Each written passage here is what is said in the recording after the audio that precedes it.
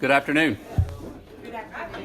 I'm not trying to rush anybody. Do we want to just give everybody a few more minutes maybe to come on in? Or would that be a good idea? Or do we just start at 2? Start at 2. Start at 2? Yeah. Okay. Well, my name is Brian. I am a grateful recovered alcoholic. By the grace of God and the people in this room who showed me God again, I've not had to have a drink since August 24, 2008. I'm very grateful today. Let us go ahead and open this meeting up with a moment of silence, followed by the serenity prayer if desired.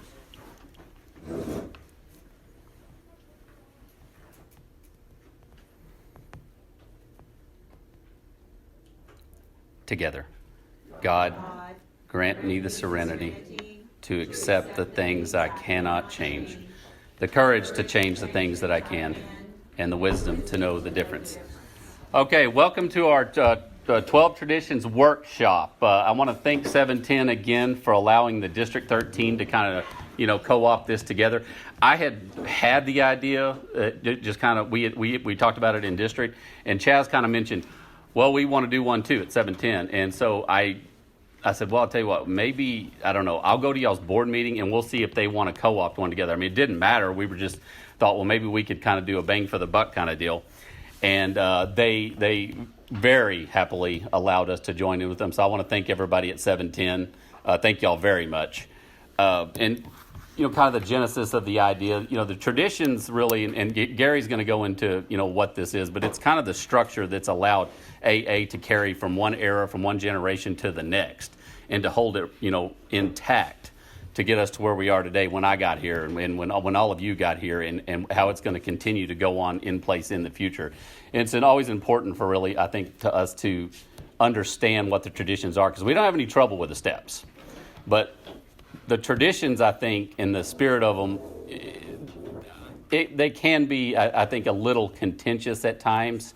That may be a little bit of personality over principle. And so what I thought is, we need somebody from the outside to really come in and do this. If you it's kind of like Gary said. We were talking on the phone about it, and he said, if you try to do this locally, it's going to be crickets. But he said, it's like we bring somebody in from the outside, and we alcoholics act like that God brought them in from a cloud.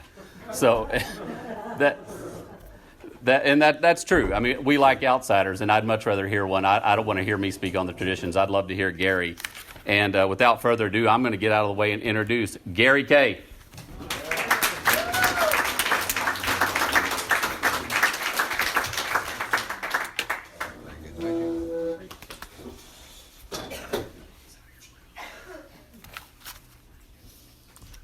A cloud. I am an alcoholic. My name is Gary Kincaid. And I am really, really, really, really grateful for a sobriety date and a new life that started July 25th of 1994. Got sober at the Suburban Group.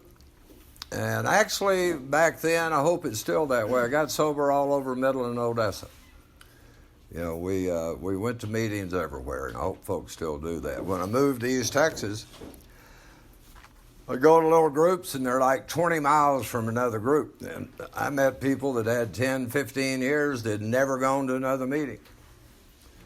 I told them that's like committing spiritual incest. You just are always inbreeding the same stuff all the time. You need to go get another look at things from time to time. Now, what we're going to be about this afternoon is no one in Alcoholics Anonymous is an expert on anything, though many of us at times believe we are. So keep that in mind. I'm not coming here today to tell you what the traditions are and what they mean. What I'm hoping to do is to introduce you to the history of Alcoholics Anonymous, the history of our structures, and the idea that each one of us has available all of the same information. And it's important stuff. I like to walk this wall when I come here and look at some of the history. And one of the reasons I mentioned to Brian of AA Comes of Age, for me, if you're new here, if I had to pick only two pieces of literature that I would have from AA, it would be the Big Book and AA Comes of Age. The greatest, for me, explanation or presentation of our 12 traditions is in AA Comes of Age. And along with that is all the rest of our history. And if we forget our history, we continue to water down what Alcoholics Anonymous is, because there's always outside voices that we bring into the rooms. And I'll tell you, what's true for me is true for each of you. My current sponsor says the very first thing that any alcoholic gets back when they come into recovery is their opinions. And we are all very opinionated people. I'm going to read one thing out of the 12 and 12 that for me is a guideline anytime I do any kind of study or workshop or sponsoring someone. Now, not so with alcoholics. Now, here's the deal. Some of y'all have been in the rooms. Do we have one here with the Jellinek curve? You may have seen it at the treatment center. Y'all remember the old Jellinek curve they used to hang in some of the meetings that shows the stages of the descent to the bottom and then the ascent back up into recovery? Well, Dr. Jellinek was the first head of the alcohol studies at Yale University that began to form in 1948 and 49. And in doing that, he interviewed many of the current Alcoholics Anonymous members with 10 years or more sobriety. Now, in 1948, they could tell you who they were all across the country. And they included Bill Wilson and Dr. Bob Smith. And here's the reading. When AA was quite young, a number of eminent psychologists and doctors made an exhaustive study of a good-sized group of so-called problem drinkers. The doctors weren't trying to find how different we were from one another. They sought to find whatever personality traits, if any, this group of alcoholics had in common. They finally came to a conclusion that shocked the AA members of that time. These distinguished men had the nerve to say that most of the alcoholics under investigation were still childish, emotionally sensitive, and grandiose. So welcome to Alcoholics Anonymous. And I'm going to share with you that it's my experience, therefore my belief, that includes the people in this room right now, Amen. Including your speaker. We used to say it a lot that one thing recovery really is just growing up in public. And I come from a background that believes we are all really, really goofy people. And we live in a world of really, really goofy people.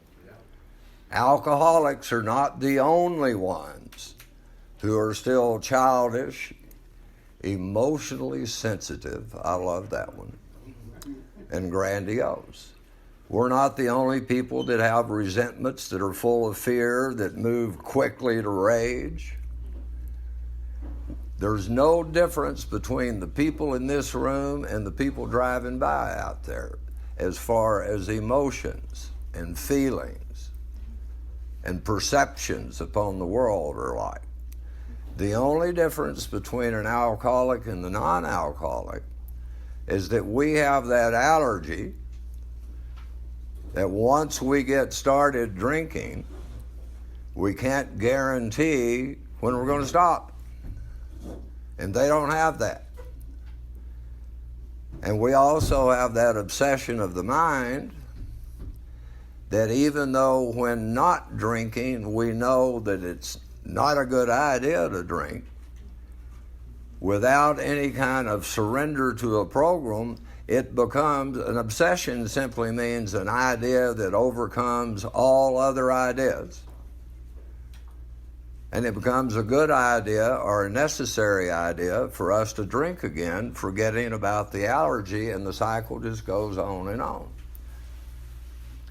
And what we know by surrendering to the program out of the book is the obsession is born out of the beginning of our drinking, when it seemed like alcohol was not a problem, it was a solution. It worked.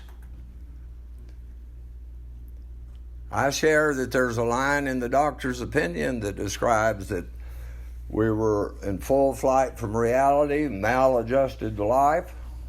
Remember that? Outright mental defectives. Again, welcome to AA.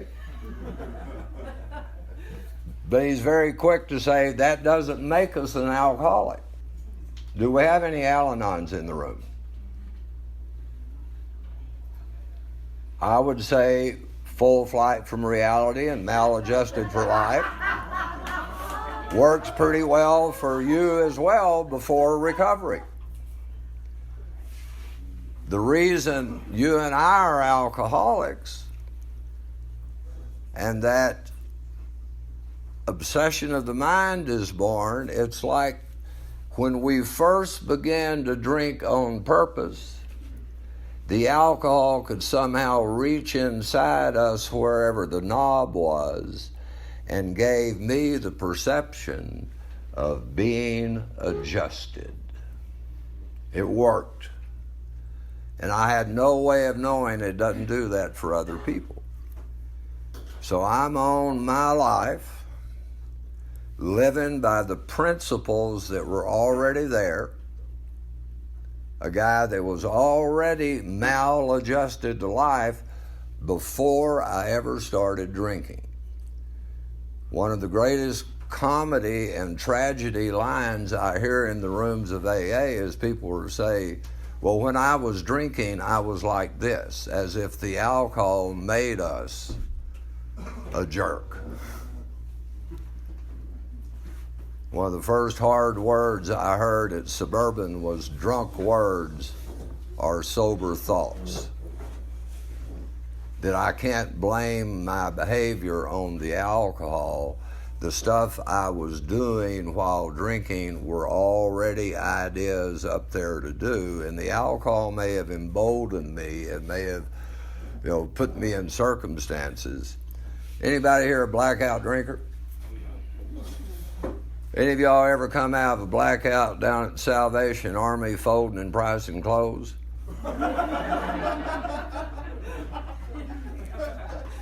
We were usually coming out of one being somewhere we ought not to be, with people we ought not have been with, doing things we ought not have been doing. I can't blame my behavior on the alcohol. That was the principles I was living by. And so that's who comes in here, someone that's already childish, emotionally sensitive, and grandiose certainly fits. And he's writing that as they discovered, and as I've discovered, and if you've been here 10 years or longer, you've discovered that the still often childish, emotionally sensitive, and grandiose applies today as well as then. So that's who we're dealing with. The only thing wrong with Alcoholics Anonymous is that it's full of alcoholics. If not, we could be a perfect organization. So in getting into the traditions, I want to start with a little bit of our history. 84 years ago this week. That's not very long. 84 years ago. There were, as near as I can figure, between 12 and maybe 15 sober alcoholics in the world that are part of this thing we call AA. That's just 84 years ago. You know, there's more people seated at this table than were sober in Akron and New York City 84 years ago today. And they were scared to death. And they kept meeting. They were going to the Oxford group. Some of y'all will know this history, particularly if you read AA Comes of Age. And then after the Oxford group meetings, they would go to the cafes and things, and they'd meet together. And then one night a week, in both Akron and New York, they'd all meet in a home and encourage each other. And in those meetings, they would think about others to go out to that they could bring into the meetings. They get together the next year. Bill goes from New York to Akron because they've got more sober people in Akron than in New York.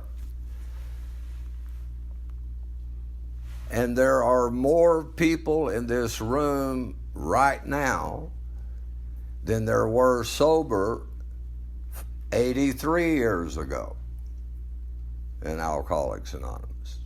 That's a little perspective, okay? But they could recognize that something's happened. They had a couple of them that have gone a full year with no alcohol. And they seem to be attracting some other people, hopeless people. And they continue to meet, and they came up with some ideas. Drunks have ideas. Bill Wilson is an idea man. And they came up with an idea that we need to start a chain of hospitals across the United States. And to do that, we need to set up trained alcoholic missionaries to go out and find the drunks and bring them to the hospitals. And of course, since we're the only ones who really know how to deal with them, we'll run the hospitals and we'll do the training. Kind of grandiose, isn't it? And we might ought to write a book. Now, again, this is coming from my perception and the things that I've read and learned and heard in AA. The main purpose for the book was to make money. I'll very often hear in meetings people say, well, you got to check your motives. I'm not so sure that's not mentioned much in my book until it comes to the sexual relationships and things. I think we better check our actions. The God you've introduced me to takes my actions a whole lot more seriously than I do, despite what my motive is. Well, the hospitals never came about. They were pretty sure they could go out to wealthy people and they would just love to pour money on them, and they could do this, and the wealthy people were not in love with their idea. But they started writing the book. Bill started writing it and tried to write it with the help of other people. If you know a little bit of our history, the book gets published in 1939. And at that time, as near as we can figure, in New York and Cleveland and the Akron area, and there's a fledgling little group starting in Philadelphia, and they're trying to start one in Washington. But there might be 400. Now, it's at this time in doing this workshop this afternoon, I ask you to use your imaginations. And let's say we were the first 40. Us in this room were the first 40. How do you suppose AA would look 83 years later?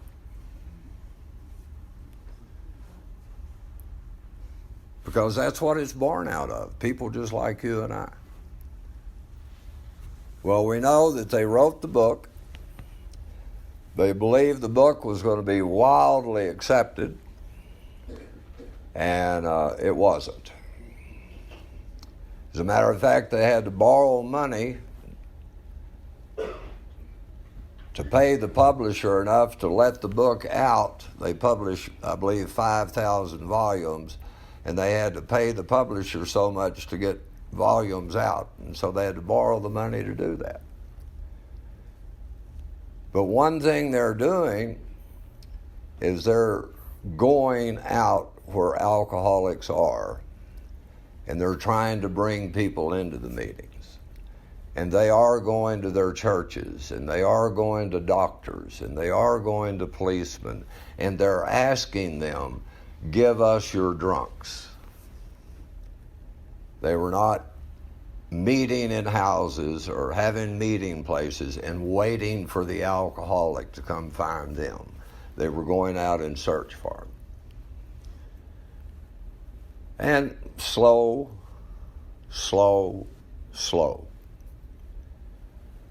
Well, in 1940, the estimates are between 8 and 1,200 sober members. And by now, the groups have spread a little bit. They've got the 710 group, and then Andrews has got their group, and then there's a group over there in Big Springs, using your imagination. Then there's another one in Odessa, of all things.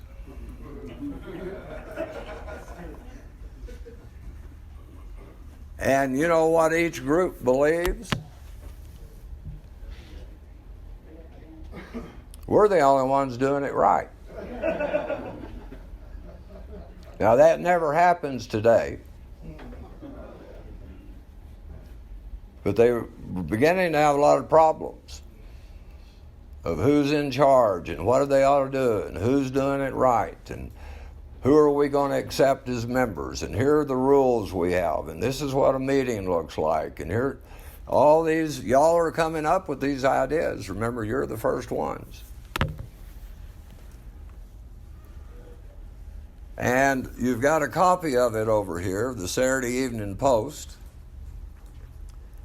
We've got to look at history. For you really young people, that's called a magazine. The Saturday Evening Post and Look and Life were like CNN and Fox News and NBC News of the time. They were out there everywhere, and they were read and followed by millions. And they like to uncover fraud. That always makes a good story. And so the editor at the Saturday Evening Post, they began to hear about this Alcoholics Anonymous thing. And you've got some articles over here like the Dinner with the Rockefellers that came out in the newspaper, and Liberty Magazine had done an article, and some word was getting out. And they thought, we better go check on this, because in the beginning they thought it was some kind of perhaps fraudulent movement that was preying on the poor families of alcoholics. So they assigned one of their top reporters in late 1940, and he was amazed when he went to New York that Bill received him openly, and he gave him contact with the people in Cleveland, and they let him come to meetings, and he traveled to Akron and Cleveland, and he was trying to expose. And what he ended up doing in his article that came out, I believe, in March of 1941, is he didn't expose, he disclosed something new in the world of the alcoholic. Now, make no mistake about it, this is not a new problem. The treatment of alcoholics and of drug addicts has been going on. You know, there were more actual treatment programs in 1900 than there were in the year 2000. And the population was about 1/8 of what it is today. We think about the problems you read about today. What happened in this country in the 1860s?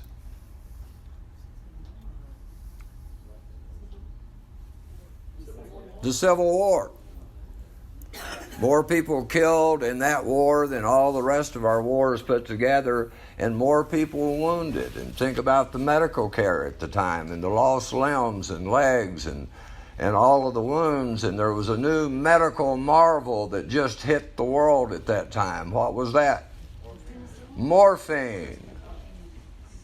We talk about the people that came home from Vietnam addicted. There were almost 20 times more people coming home from the Civil War, and they're addicted to morphine. If you go through history and you pick out an old Sears and Roebuck's catalog, you could buy a kit, the needle and all, and you could get your heroin from Sears and Roebuck's. Some of y'all remember the pictures of Granny sitting on the front porch in her rocker dipping her snuff. And Garrett snuff, which was about 50% pure cocaine. Granny ain't out there relaxing. Granny's out there getting her buzz on.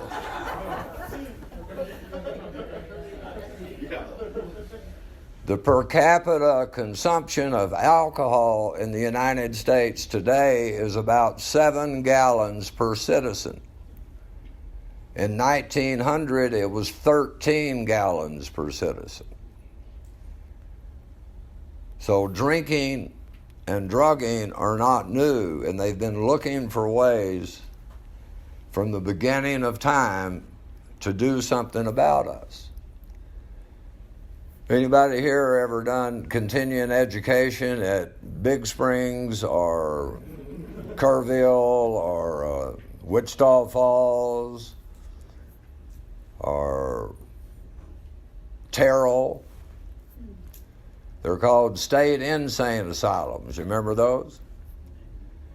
Most of them were proposed and built in the early 1900s, and they were mainly for dealing with 3 sets of people that society didn't know what to do with. Schizophrenics,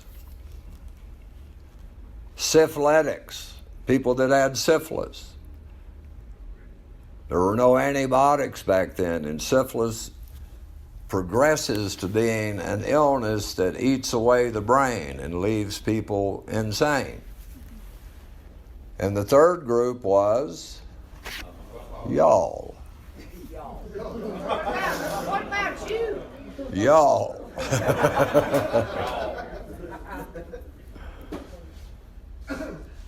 And sometimes, folks, I find in here that we don't take it very seriously. That what we have is a chronic, progressive, fatal illness. But they didn't know what to do with us, so they lock us up, or they put us in jail, or they banish us. And throughout history, there have been movements of trying to work with alcoholics. And AA is the newest of the movements.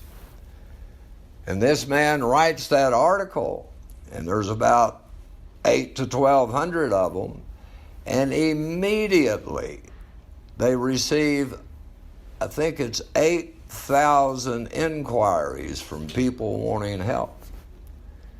Now bring it back to y'all. It's us in Midland. It's us in Odessa. It's us in Big Spring. It's us in Andrews. And suddenly here come 8,000 letters and postcards saying, we need your help.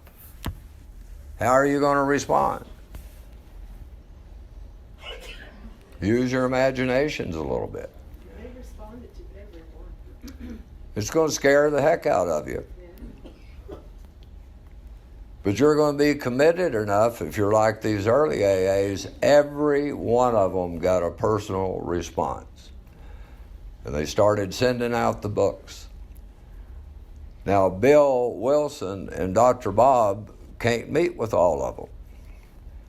Though over his lifetime, Dr. Bob is going to meet with over 5,000 of them personally and take them through his treatment. And treatment at that time consisted of 5 to 7 days of detox, having some other sober members of AA come in and say, do you really want to stop? And getting on the floor and praying for God's help. And then when you leave, you went with the person that came to see you. And you did what he asked you to do. And they said, it's right there in our forward to the second edition, that in the beginning, 50% of them that came got sober and stayed that way. 50%. Another 25% got sober after a few relapses, and of the remainder, those who stayed around, their lives got better. And I never want to forget that when I'm working with people. I've worked with some people that have been coming in and out of these rooms for 25 years, and I don't want to tell them you failed. I want to show to them that if you hadn't been coming in and out, you'd be dead or locked up in prison today.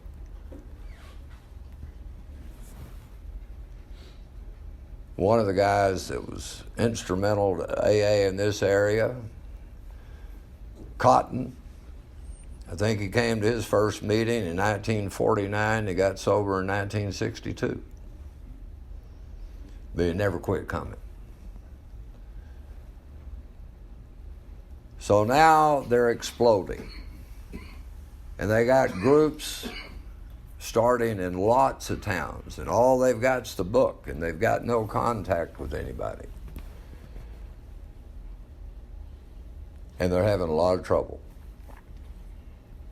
And they're starting to fight. And the groups are starting to break up. And people are getting drunk. And they don't know what to do. And a guy, I believe, from North Carolina wrote Bill and said, Bill, I'm concerned we're going the way of the Washingtonians. Bill had never even heard of them. I'm reading a biography right now of President Grant.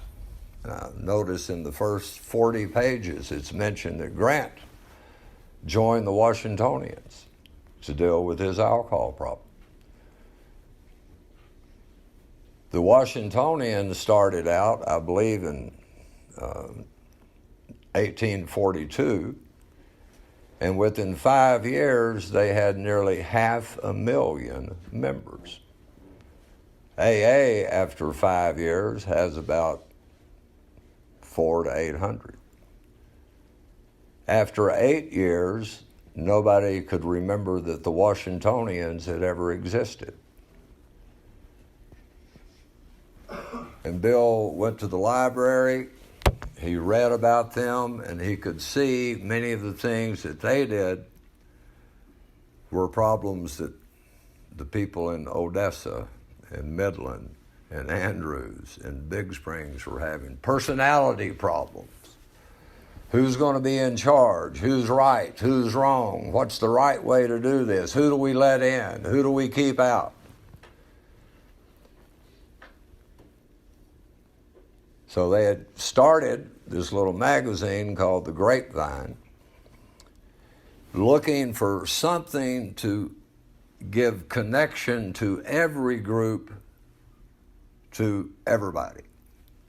And they would put articles in that, and in 1946, Bill publishes what becomes our traditions for the first time.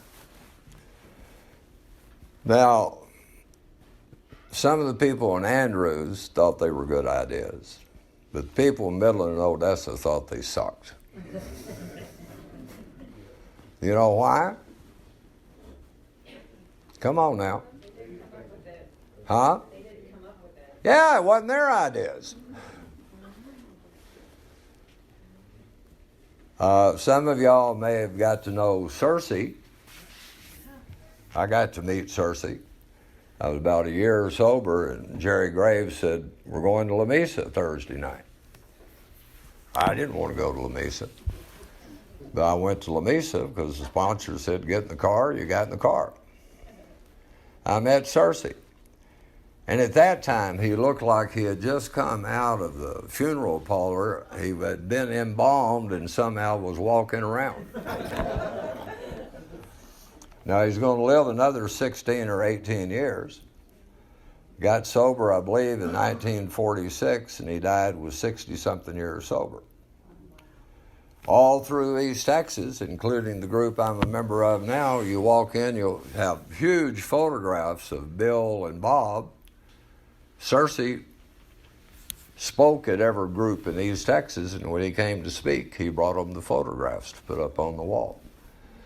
But he tells the story of late 40s meeting Bill in Amarillo to go to Lubbock, and they were on a plane flying to Lubbock from Amarillo, and Bill had the traditions, and Cersei said, now look, Bill, if you're going to talk about those damn traditions, we may as well turn this plane around. We don't need those in Texas.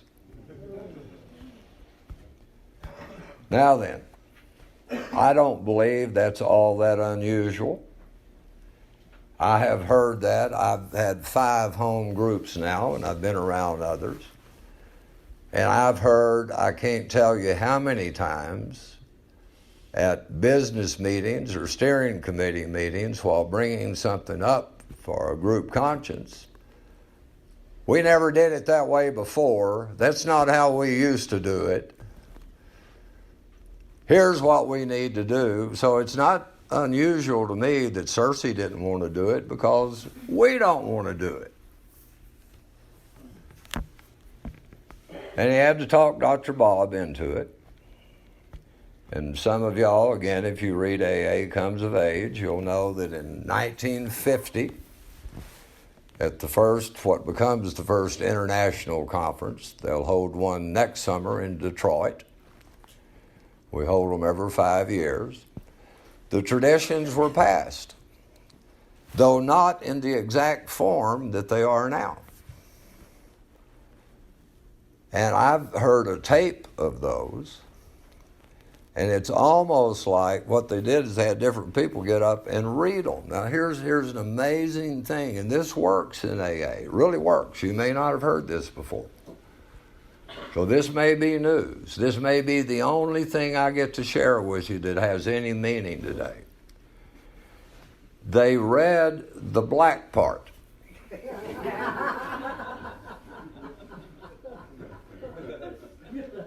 There was no interpretation.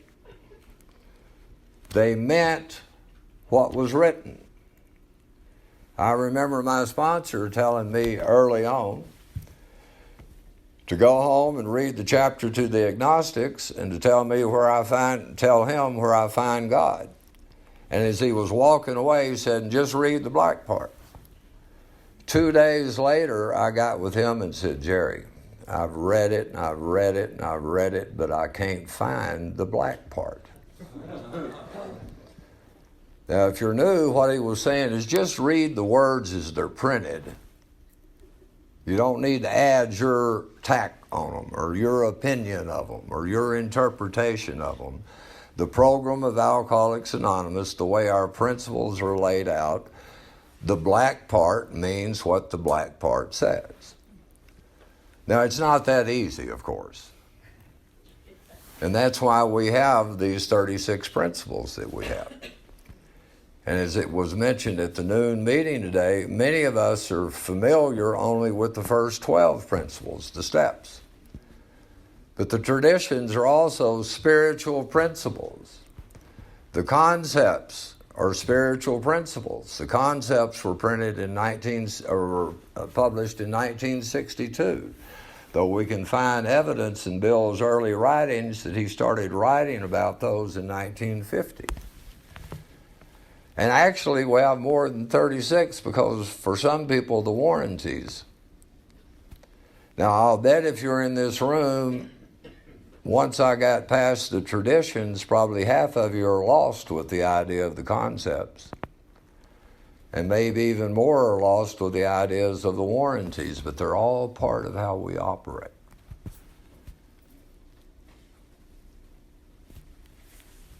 there's a story I want to tell as I finish up the history. It's a story of the Depression days. Again, young people, Google that. And there was a man in the Midwest. His wife had died. The man had a little apple orchard, owed the money to the bank.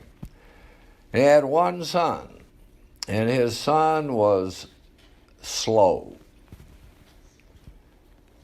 He didn't do well at all in school, and the man knew that if his son was ever going to make it in life, he was going to have to teach him a trade. All the man knew to do was to teach his boy about apples, and the boy caught on. But an outbreak of the flu came through, and the father died of the flu. And the bank came and took the land back, and the boy's about 16, and he's on his own. And he wanders off of the orchard into the town closest by. And there's a group of ne'er-do-wells down by the pool hall, and he saw them and asked them, is there any place around here where I can get a job? And they thought they'd have some fun with him.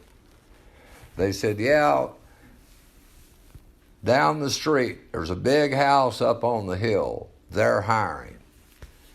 And they sent him to the local house of ill repute. And the boy goes up and knocks on the door, and the madam comes to the door, dressed as she was dressed and looking as she looked, and his eyes are bugging out, and she says, can I help?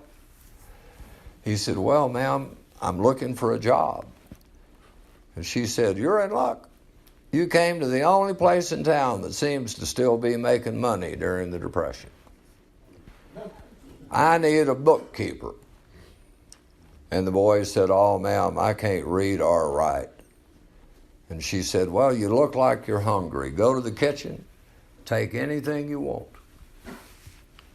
and take some with you.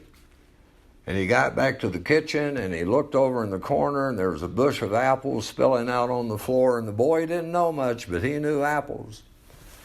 And he grabbed a box and filled it up with apples, went downtown, polished them, shined them, ate a couple of them, and sold the rest. And he took the money he made and he bought more apples and sold those. And he bought more apples and sold those. And finally he got a little tray he could hang around his neck and sell apples on.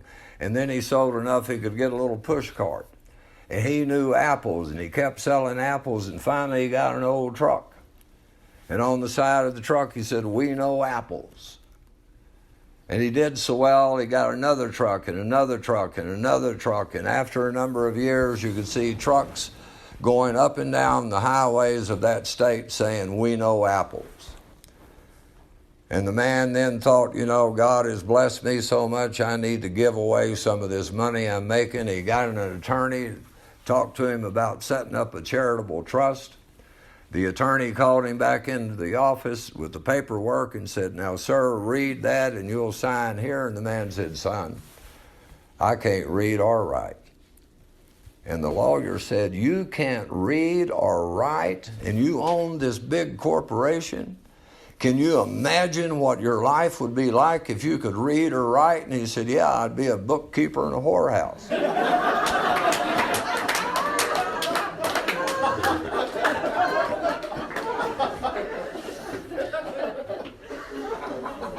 That's good.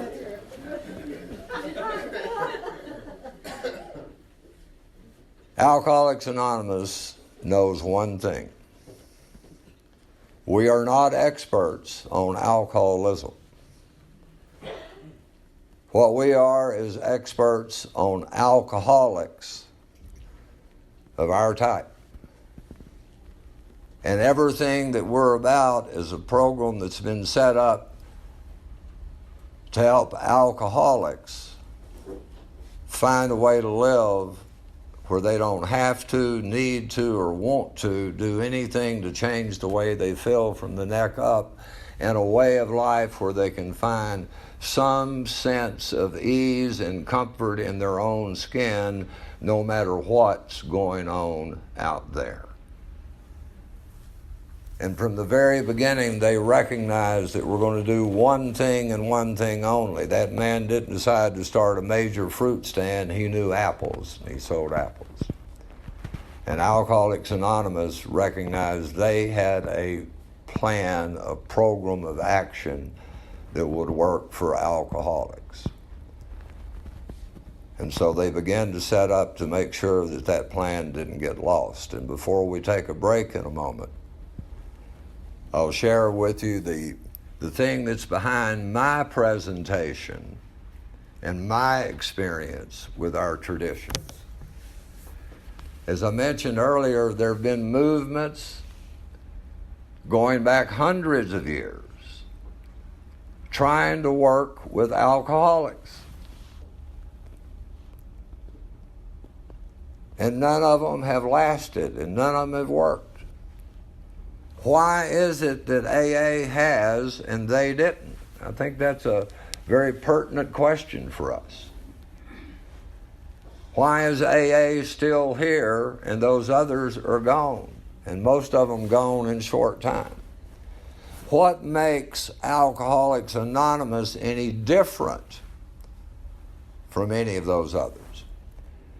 And I'll give you my belief, and it comes out of my experience and my reading of history. I'm not saying it's right, but I'm saying it's closer to right than a lot of people's. We've got two things that are different than those other movements. Two things. And they came about by accident. One of those things is that we have a program of recovery, and it's codified. That means it's written down, and it's called the Big Book of Alcoholics Anonymous. It's written down in what we traditionally call the first 164 pages of the book. This is the program of AA. We are the fellowship. Both are very necessary, but this is the program. And to my understanding and reading of all of the history of all these movements, and there is great history out there. AA is the first one to put it down on paper, to have a black part, if you will. That's one thing that makes us different. And the second thing is we have a means or a vehicle of delivery that none of the others have had. We have a program and we have a vehicle of delivery, and the vehicle of delivery for Alcoholics Anonymous is one alcoholic talking to another alcoholic, sharing experience, strength, and hope. That's all that makes us different. Now, I'm certain we could find many things more, but those are two things, and that's what's going to be behind what I'll share with you in the next 3 segments. You know, we've got a program, and we've got a means of delivery. And if you do get involved in service work, if you do get involved in the district and in the area and in the General Service Conference, if you do get involved in the service manual, you're going to find that supposedly everything we do in AA, from the highest you can get in AA, which is the home group, to the lowest in the pyramid, which is the trustees, that everything we do in AA, if it's going to be AA, we need to draw a straight line from what we are doing to the still suffering alcoholic, period. And that's where the money we send in is supposed to go. That's where everything that we do. If it doesn't involve delivering this program to a still suffering alcoholic, then it's not AA. The highest, I believe the most, what's the word here? The most the most imposing, the most blessed, the highest spiritual relationship that we have is sponsor to sponsee. And in my experience, that's the backbone of everything that happens. And in that experience, it's incumbent upon the sponsor to be attempting to share their experience with this program with the new suffering alcoholic. Not so they will believe as I believe, not so they will do as I do, but so they in turn might have their own spiritual experience, not mine, but theirs.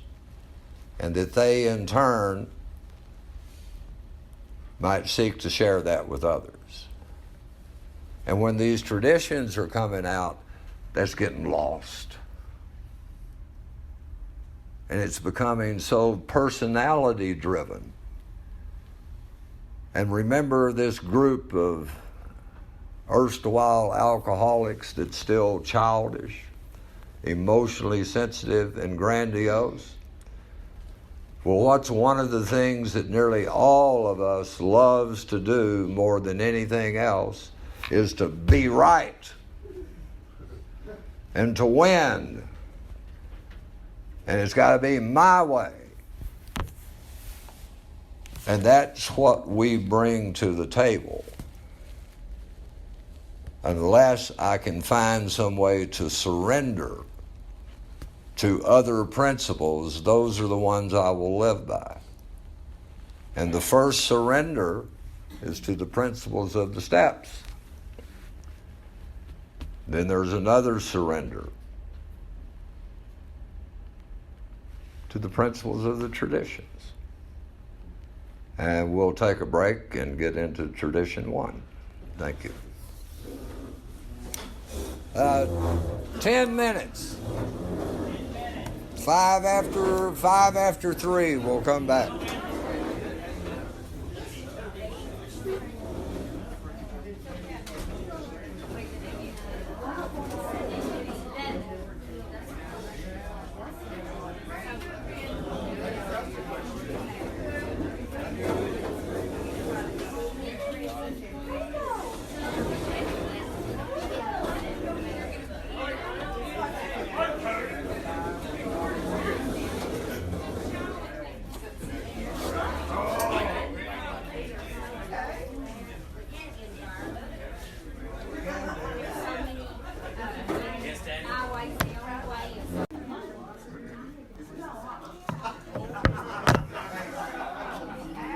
One minute.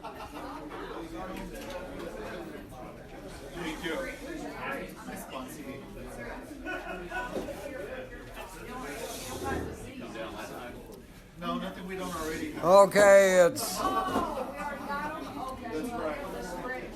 it's time. It's 5 after.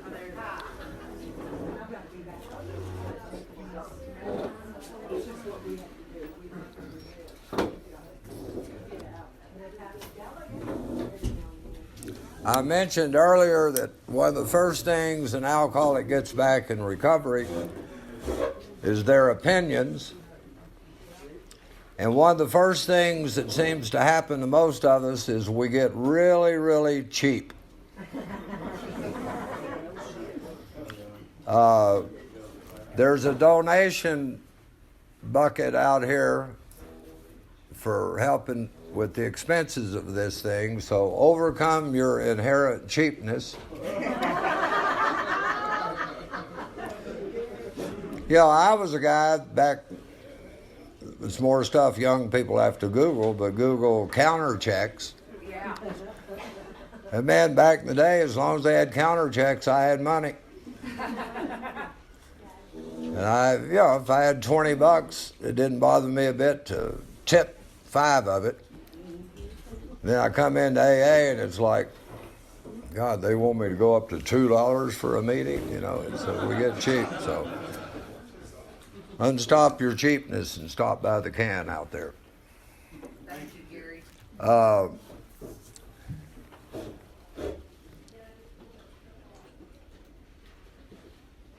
All of these traditions can be found in earlier writings than what were presented in 1950. And one of the first things that they discovered in here was group conscience. Now, they didn't call it that, but I was sharing with somebody earlier about how, in my experience here, I never can see what's going on in my life while it's going on. Every bit of vision I have is 20/20 hindsight. You know, something happens this year, and 3 years later, I realize what happened this year. I'm serious. It's going to be, you know, if you're in here and you've got plans, Steve McCarrick is my sponsor, and one of the first things he said to me was, "Gary, in AA, we do not laugh with you, we laugh at you." So come in and tell people your plans. They need a good laugh, you know, but they usually come out of real extreme problems, and I got to fix it this way. And somehow, if we stay the path, and we look back 3 years later and see the problem has been removed, but it doesn't look like anything the way we expected it should have been. And that's the way it is with the formation of these traditions. Now, I'm going to read the long form. Tradition 1. And it's very important to remember this when you read them. And very often, this doesn't get read when we just read them in the meetings. But if you look in the long form, it says, "Our AA experience has taught us that." Are you reading from the 12 and 12 or what? The 12 and 12 long form, page 189. Okay. Our AA experience has taught us that each member of Alcoholics Anonymous is but a small part of a great whole. AA must continue to live, or most of us will surely die. Hence, our common welfare comes first, but individual welfare follows close after.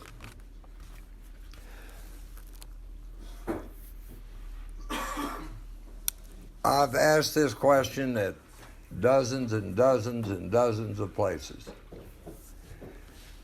I would like a show of hands of anyone who, prior to recovery, sat around with your friends or drinking buddies or wherever you were and had long, in-depth discussions about powerlessness. I'm still waiting. An integral part of what's got to happen if I'm going to get recovery is the discovery of my personal powerlessness. And the discovery is made only by getting the heck beat out of me by alcohol and alcoholism. Otherwise, I'm not all that anxious to discover it. I'm surprised by it. The idea of being powerless never came up, and yet we know nothing's going to happen in AA until that first step realization that I'm an alcoholic and I'm powerless over alcohol. Until that, I'll tell this quick story early on, and it's part of this thing that we're doing today. I was in a meeting at Suburban, and this was liable to ruffle some feathers. I don't want to do this, but it doesn't bother me to do it. And whoever was chairing that day was chairing out of page 449. This was third edition, on acceptance. And I've got about 4 or 5 weeks probably. And walking out of the meeting, Jerry Graves, who was my sponsor, came up to me and he leaned over and he said, "Gary, they're on page 449. You're on page 30. We won't get to 449 for a long, long time." Now, they came out with a 4th edition of the big book since then, and they've moved it to page 417. And I want to share with you, I've still never gotten to page 417. What I have to do, my understanding and my sharing on acceptance, is I have to accept to my innermost self that I'm an alcoholic. That's the acceptance that's necessary. I'm powerless, and that's the first step of recovery. I've got to recognize, what step one's a bad step. Nothing sweet about it. Powerless means, the first half of step one means that if I drink, I'm screwed. The second part of step one means if I don't drink, I'm screwed. I'm powerless, and without alcohol, my life's unmanageable. And if all I try to do is not drink, then it's not going to be very long before the color starts going out of life. People start getting on my last nerve. I get bored. And I get thirsty because I can't manage. I can't get and stay comfortable in my own skin without the power of alcohol. So I'm powerless. And coming to that realization, I'm smarter than most people. It only took me till the age of 47. Hopefully people can get it a lot quicker than that. But if you can understand that powerlessness is our problem and we've got to find the power, well, the first tradition describes a second lifetime problem that I and you have had. Lack of unity. I've really never been at one with anybody. I have children, I love them. I've had a wife that I loved, and another wife that I loved, and another wife that I loved, and another wife. That shouldn't be funny in here. I love my mother. I've loved people. I've cared about people, but only in hindsight could I see I had never been at one with any other human being in my entire life. There was no unity. I could get that close, but I never had that with anybody. And so he's introducing that as a spiritual principle, that without unity, I'm lost. I'm going to go on to death. And today, a lot of times we don't, seems like, get scared of death. But this thing will kill you. And look at your own life. It kills us in very insidious ways. Usually one sweet dream, one sweet hope, one sweet relationship, one by one. And we end up that day with that god-awful loneliness. The word that's used the most in the big book in the 12 and 12 to describe alcoholism is loneliness. So the group conscience is the discovery that I need to be a part of we. I had a wall full of degrees when I got here. I was educated way beyond my intelligence. And some of the cute little sayings y'all said were just, I was like, God, that's so corny. And today they mean everything to me. I get drunk. We stay sober.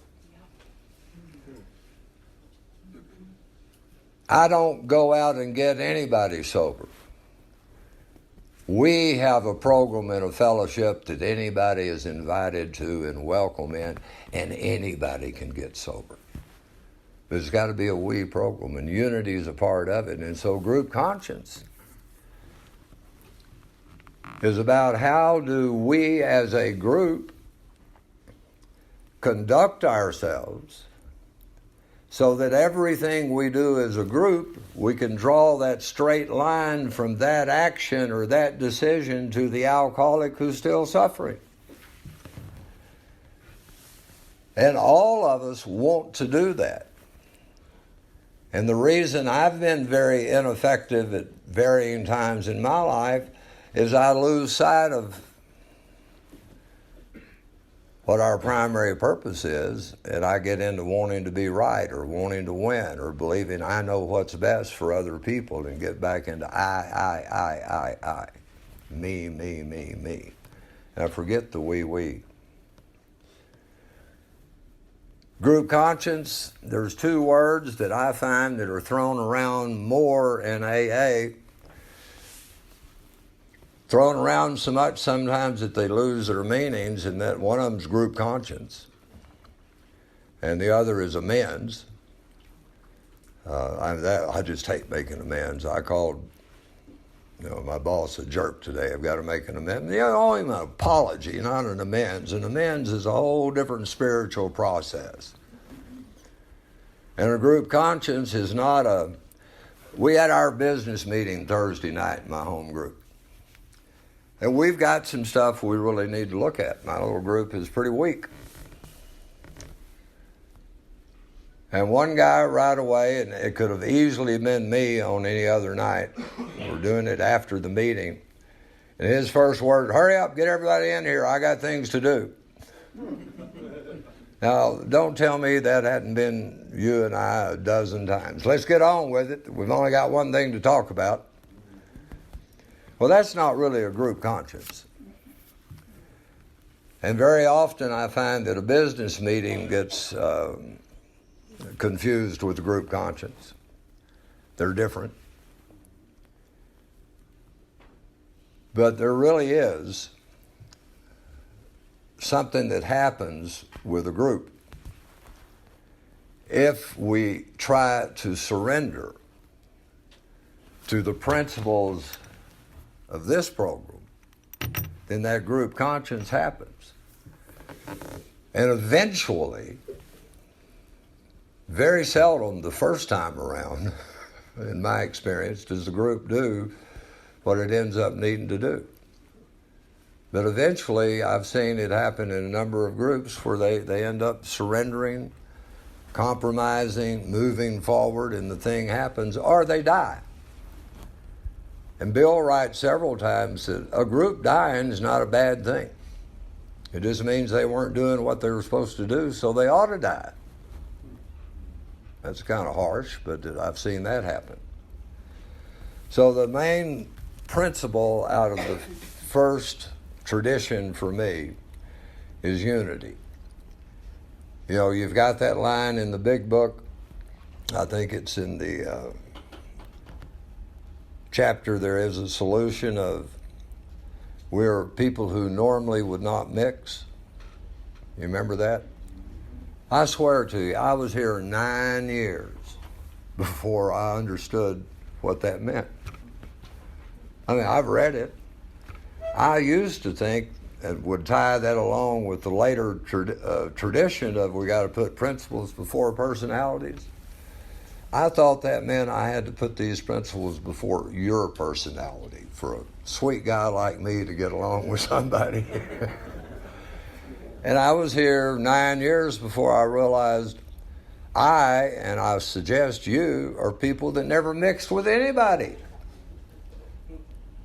Nobody. And when we get to that tradition, it means I've got to put these principles before my personality, not yours. Mine's the one that's problematic. But I've looked back, I went to Texas A&M. It was all core back then. I loved being in the core. I really didn't mix. I've got 39 first cousins on one side of my family. I was always different and unique. You can go through your life too, that's just a principle. I really never was at one with anybody, and there's a reason for that. What's the reason? Secrets. All of us have had secrets in our life since we were 5 years old. We had things going on that we didn't tell other people and we had flash thoughts of what would happen if we did. So that's a long time before drinking started, of keeping secrets. Then after you started drinking, it moves from being secrets to lies, but they're still secrets. And to get unity, to become one of a group, I had to watch. We had a couple of old timers. One of them just died, Roy Bell. And we had a group conscience early on in the suburban group, and it was like, I don't know if I ever want to go to another one of these. And I'll hear people say, I'm not going to get involved in the politics of AA. And to do that, you're taking yourself away from being a member, in my experience.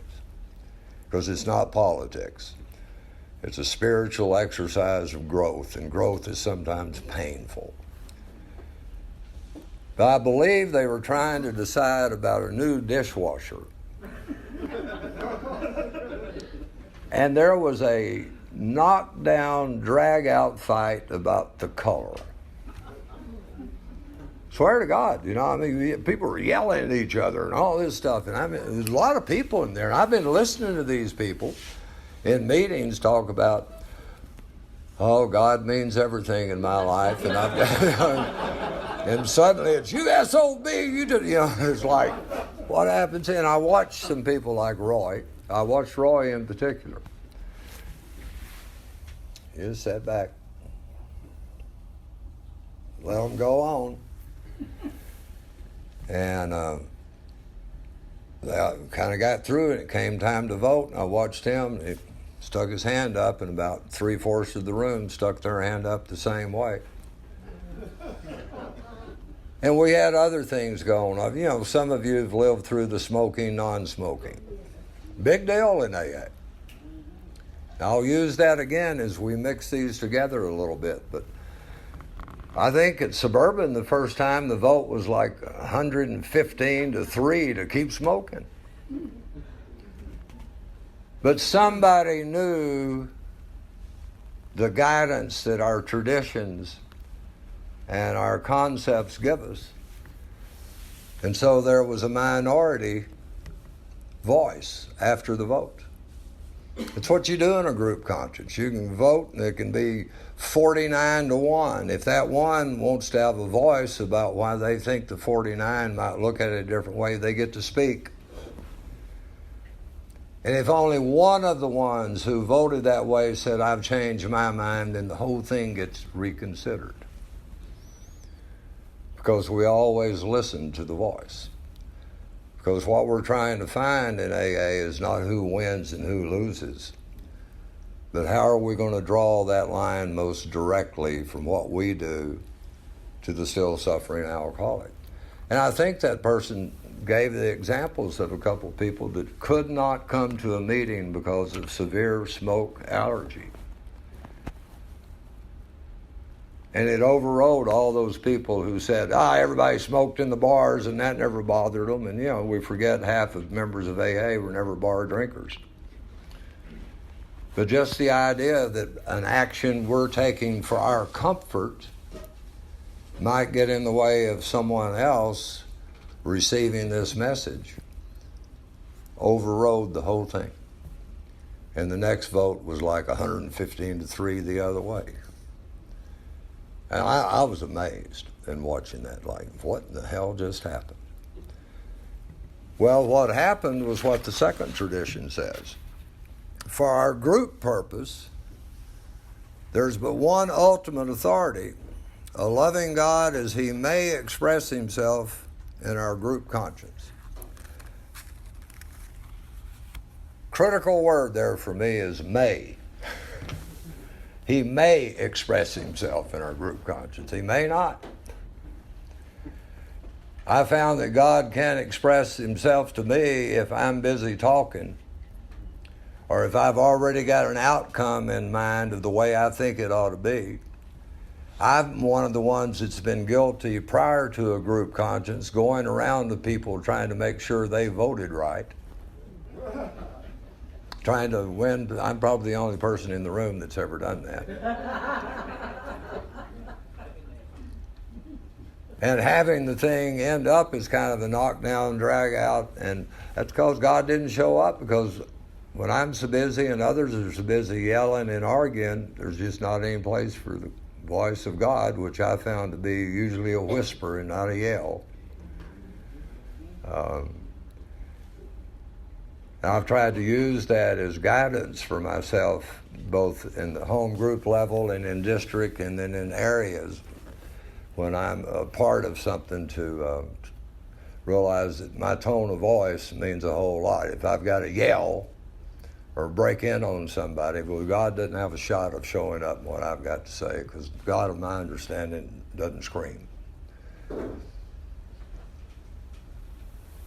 I've also found another thing, and this has been done by old timers in here on the second part of the group conscience, or the second tradition.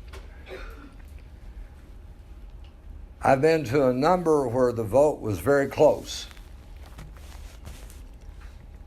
And we've had some old timer each time, not a bleeding deacon, but stand up and say, it's been my experience that when we've got an issue and it's voted on and it's this close, we need to re-examine it instead of just go with the majority rules. Because it might be okay to ask one or two people to surrender to the group, but when you got nearly half of them in there on the other side, it means let's re-examine the whole thing. Let's start from go again.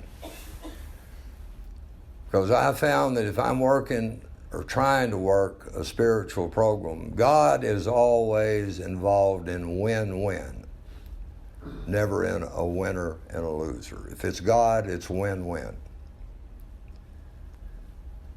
And I have to tell you, folks, that's just not my natural inclination. My inclination is to win, to be right. Let's get this done and let's do it this way.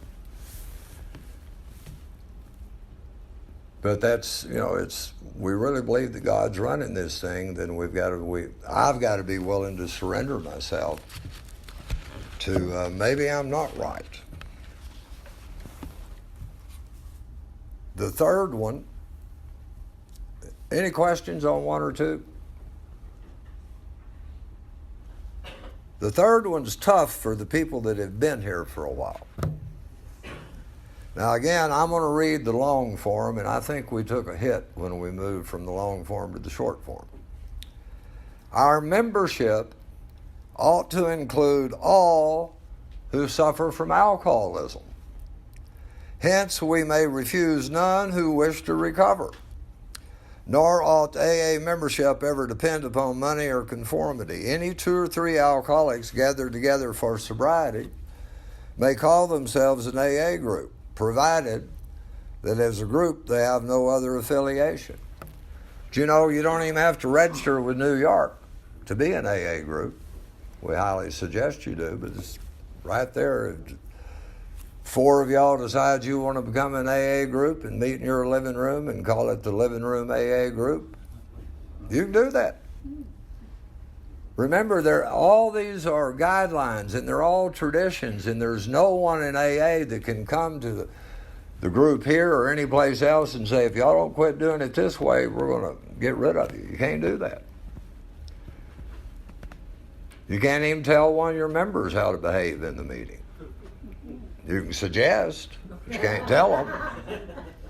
I mean, AA is the proverbial herding cats. And we're all kittens. There's not cat masters and kittens. We're all the same group.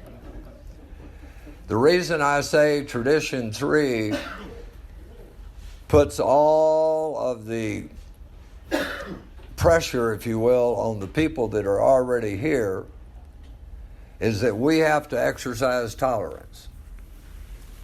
Anyone can walk into your group and say that they want to be a member, and they're a member when they say they are, whether I want them to be or not. Now, maybe they walk in and they don't look the way I like people to look.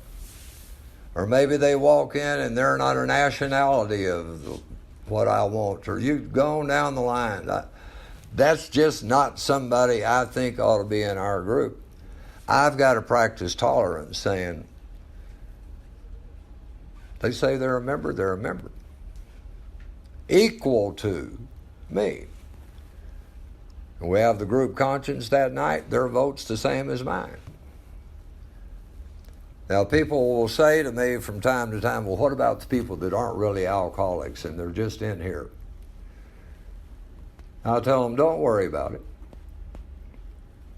If we as a group are conducting our business out of this book, with the way we do our meetings and the way we do our sharing and the way we do everything, if all we're about is the program in this book, then people that are not alcoholics are not going to stay. If we don't do that, I find we have a lot of people that are alcoholics that don't stay because they're not getting what they need. So the idea is we don't have to be scared of anyone coming in the door. Now, that's not too big to us today. That was big in 1946 when Bill first wrote these traditions. You read through our history. What are people going to think of us? I mean, we're alcoholics already. There's enough stigma. But what if we start letting people like and fill in the blank? And in the beginning, Bill writes that each group, remember, we're the early AAs, the Midland group, the Odessa group, the Andrews group, the Big Springs group, how all came up with membership requirement lists. In order to be a member of the 710, you've got to meet these requirements. And then Odessa had theirs. Each group had theirs. And Bill said when we looked at all the requirements and put them together, none of us could have belonged.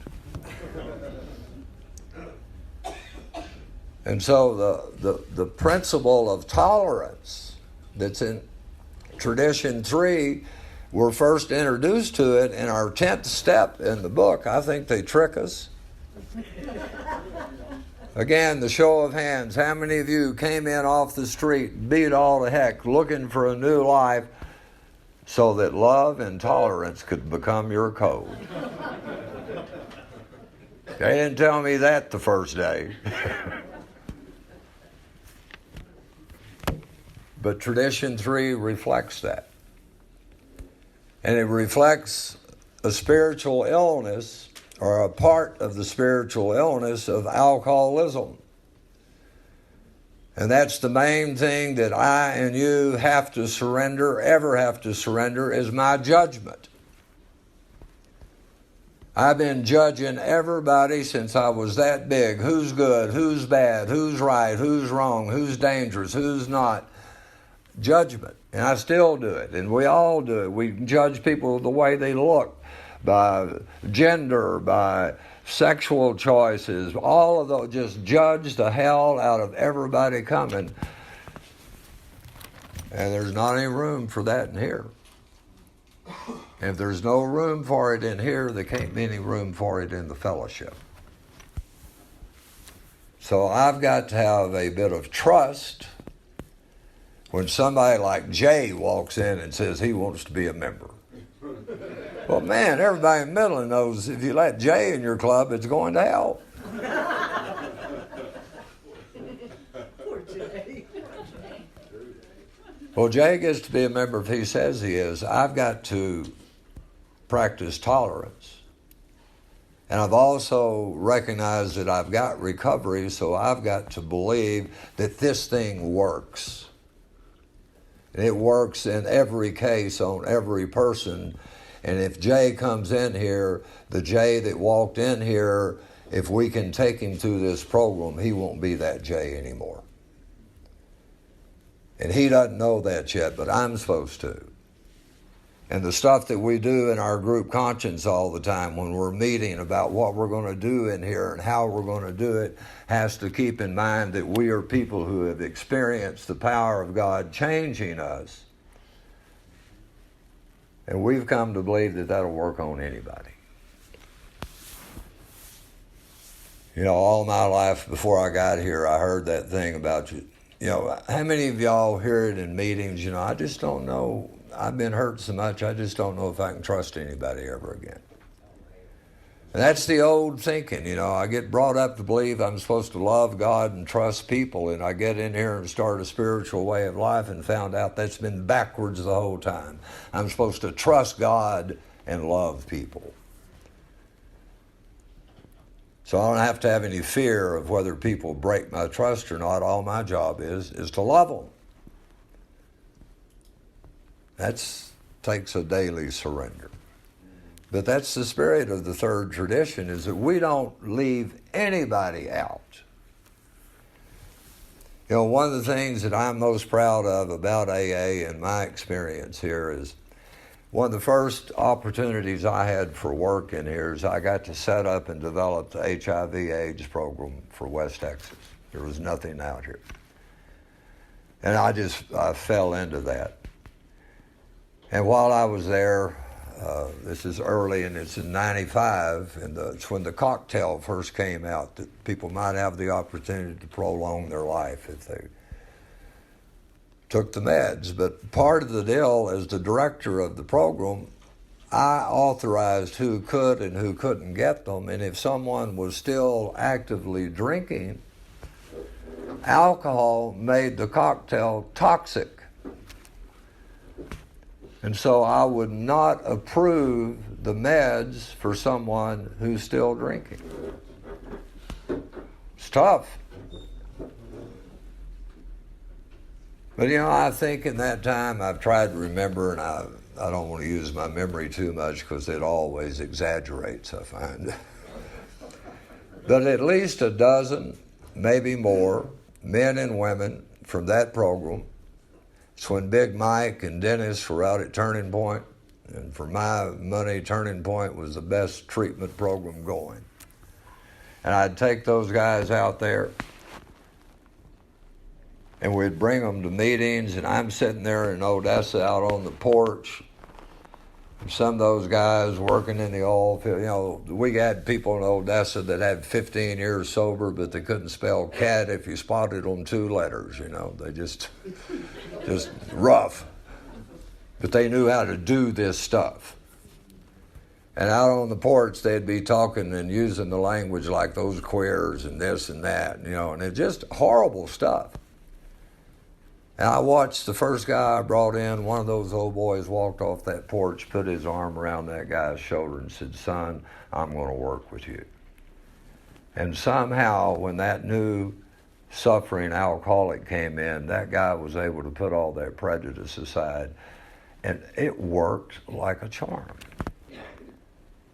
because of these traditions. And because that man had done this stuff. And I talked with some of those guys later, and they said, you know, it just never came to me that it was time to change my language until I could put somebody like James on there, until I could put a person there. So AA afforded them the experience to be changed and have nothing to do with the change, and they did it. Because there was no membership requirement of you got to be like me before you come in. Does that make any sense? But it means I've got to express the tolerance. Now then, number 4, I think causes us more trouble maybe than any other tradition, including 5. Before reading it, if you're new here, let me tell you this, or share this with you. That's what I'm supposed to do. We have traditions in AA, spiritual principles that we attempt to surrender to and be guided by. But we also have customs unique to each group. Customs and traditions are a long way from being the same thing.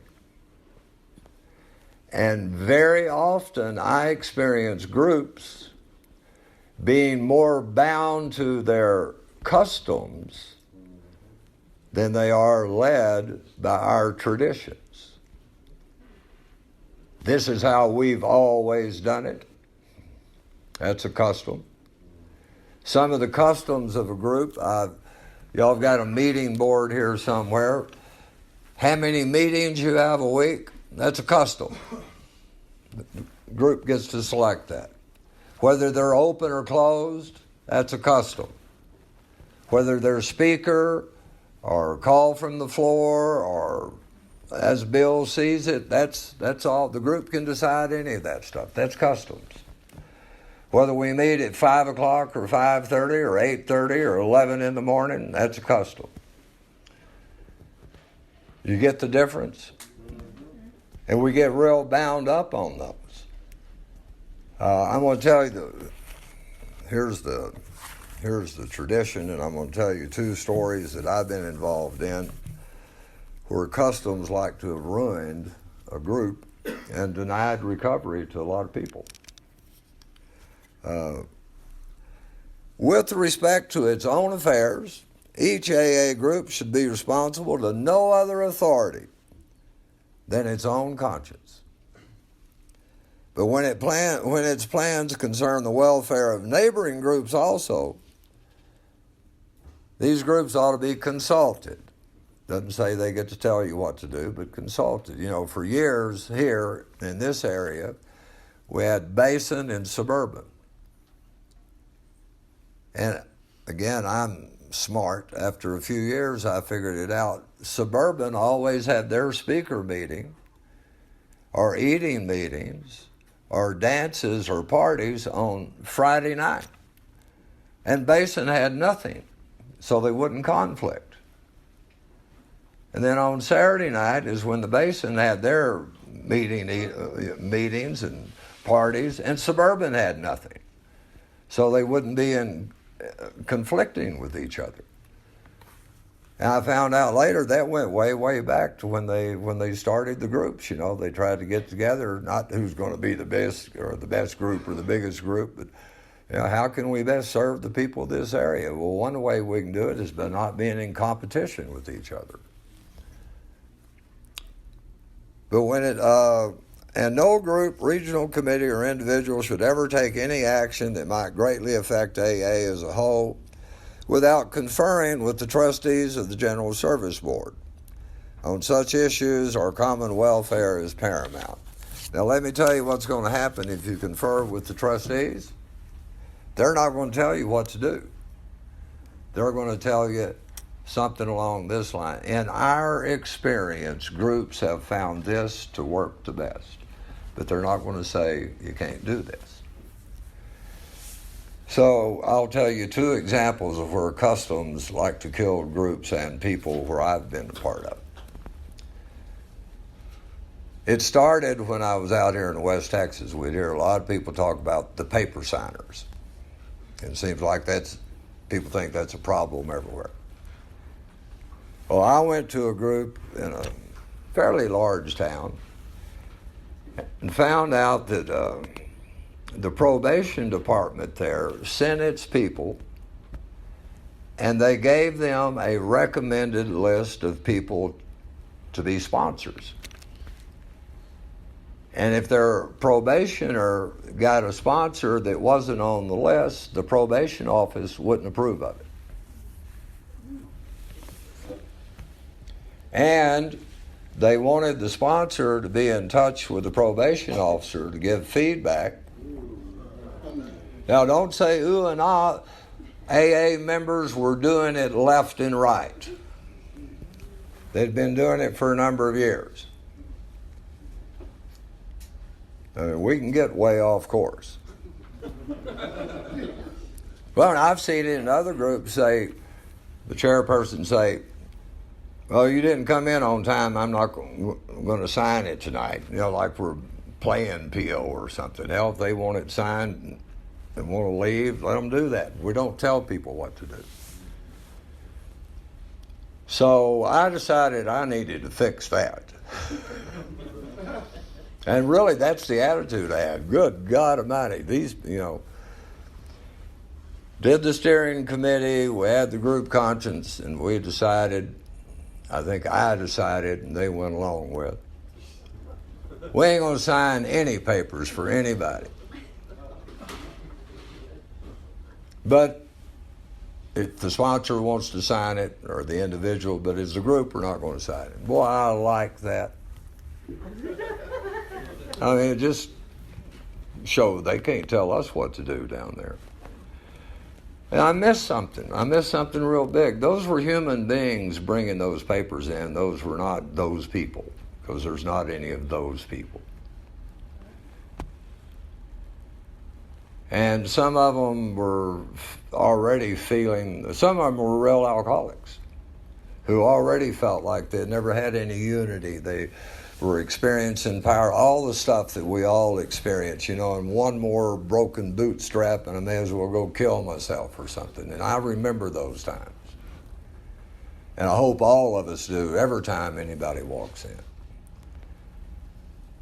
So it caused me, before we could have another group conscience, to start standing by the door and meeting those guys when they came in and introducing myself. And sometimes there'd be 15 or 20 at a meeting. So I'd have to get there early. And saying to them, I'm glad you're here. Do you have a problem with alcohol? Do you really want to stop drinking? I'm going to be your temporary sponsor. Let's go get you a book. And about 9 out of 10 just said, whoa, man, I'm just here for the class. But about 1 out of 10 said, thank you, what do I need to do? Now, that was 11 years ago, and I'm still sponsoring 6 or 7 of those guys, and they're still sober. And so we got to going there and deciding that what we needed to do was to get out of a group conscience, to get some people committed to getting there early and to have it 3 or 4 of us, at least one woman and one man, and meet everybody individually as they walked in and give them a little bit of one-on-one and give them the opportunity to come in. And then I went to a group in a large city recently. I spoke there at a conference. And went in early and went to a meeting, and I loved how they did it. That little place in the back with 3 people at. There was always at least one woman and 2. There was a woman and a male and female both there, and all the papers came there. And those people would introduce themselves, and they would talk one-on-one to who was bringing the paper in. And they would have other people in the room. They'd say, hey, Liz, would you come over here? This is Betty's first meeting. Let her sit with you. And they used that as a maximum 12-step opportunity. And each meeting, they were there. And people committed to that. And they've been doing it for years, and it works. And what I had done, and what often happens in the group conscience, is we've got a problem here. We're having meetings where sometimes there'll be 15 or 20 people getting their papers signed. There's only 4 or 5 of us there, and they're ruining the meeting. What are we going to do about that? Now, y'all know I'm not telling an untruth there. And so I was looking for what typically I do, and I suspect most alcoholics do. I'm looking for an answer that will address the problem. And I wasn't looking for a solution to the problem. And there's a big difference. And by accident, we found the solution of having some people there early to meet them, but I love the solution that I found up there in that other city, where it was as much as part of their group as going into the jails or going to the treatment centers. It was another service commitment that people made to make sure that when anybody walked in the room, they had the same opportunity that I had and you had. Now, I tell that story to say that the custom would be, we don't sign those. The tradition would be, we're here to offer this to anybody that wants it and needs it. And any action I take as a group needs to have that straight line from the action the group takes to the still suffering alcoholic. And guess what alcoholics never are? How many people in the room have 3 years or more? I'll just use that arbitrarily. Any of those people ever work with other alcoholics? Now tell me how often it's convenient. Drunks are just never convenient. I'm serious. Never. How many of y'all remember back when you were drinking and drunk and you used to make those outrageous phone calls to friends and neighbors at 6 p.m.? No, we wait till 3:30 a.m.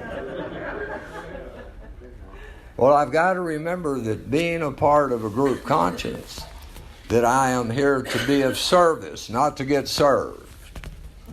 They told me early on at Suburban, again, Jerry Graves was my sponsor, and he said, if you've been here 6 months or longer, you're not coming to this meeting for what you can get, you're coming to this meeting for what you can give. And you don't ever walk in this room and throw your vomit out as a topic. You give that to me. We're coming to these rooms for the solution and not so I can get stuff off my chest. And this thing is about being of service to other people. It's not about being comfortable all the time. So getting some service positions where we can say, these are potential alcoholics. Need to find it. They may not be alcoholics. Everybody gets the DWIs and not an alcoholic. Damn near everybody I've met that's got 7 of them is.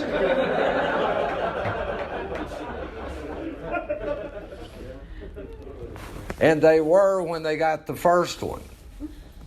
It's just progressed. So what I found is that the group consciences that I've been a part of have had to stop saying, well, we don't have 12-step calls available anymore. Remember how people said that? We used to do 12-step calls. We get them every meeting. They might come from the court. They might come from a treatment center. They might walk in off the street.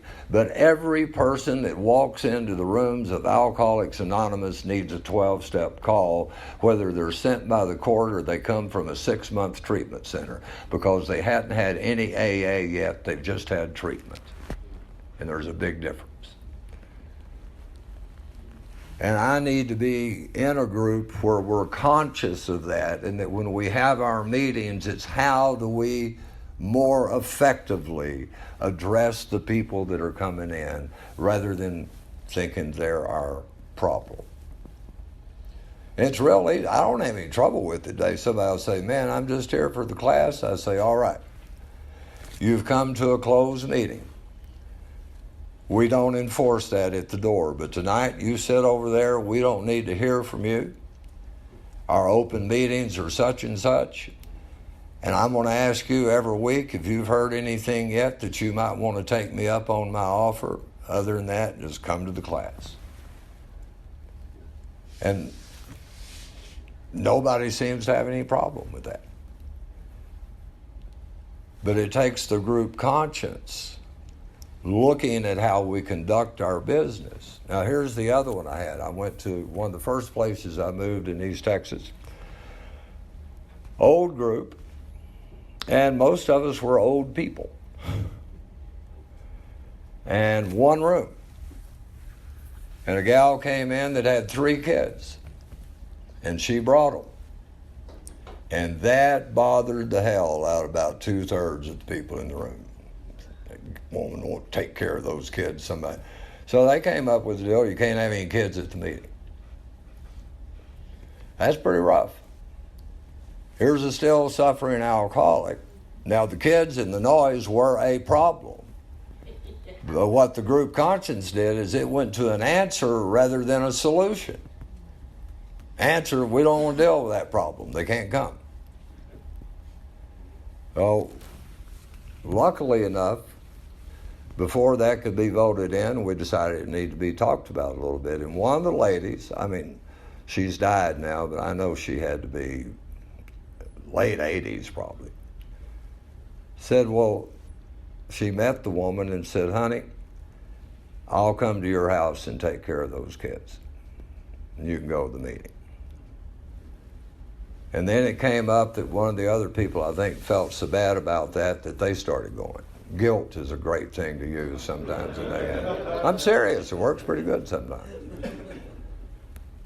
Well, this young lady did get sober, and she's still there, and she saw as part of her service work to start setting up a service committee to meet these new mothers, and they've had a couple of new dads with kids.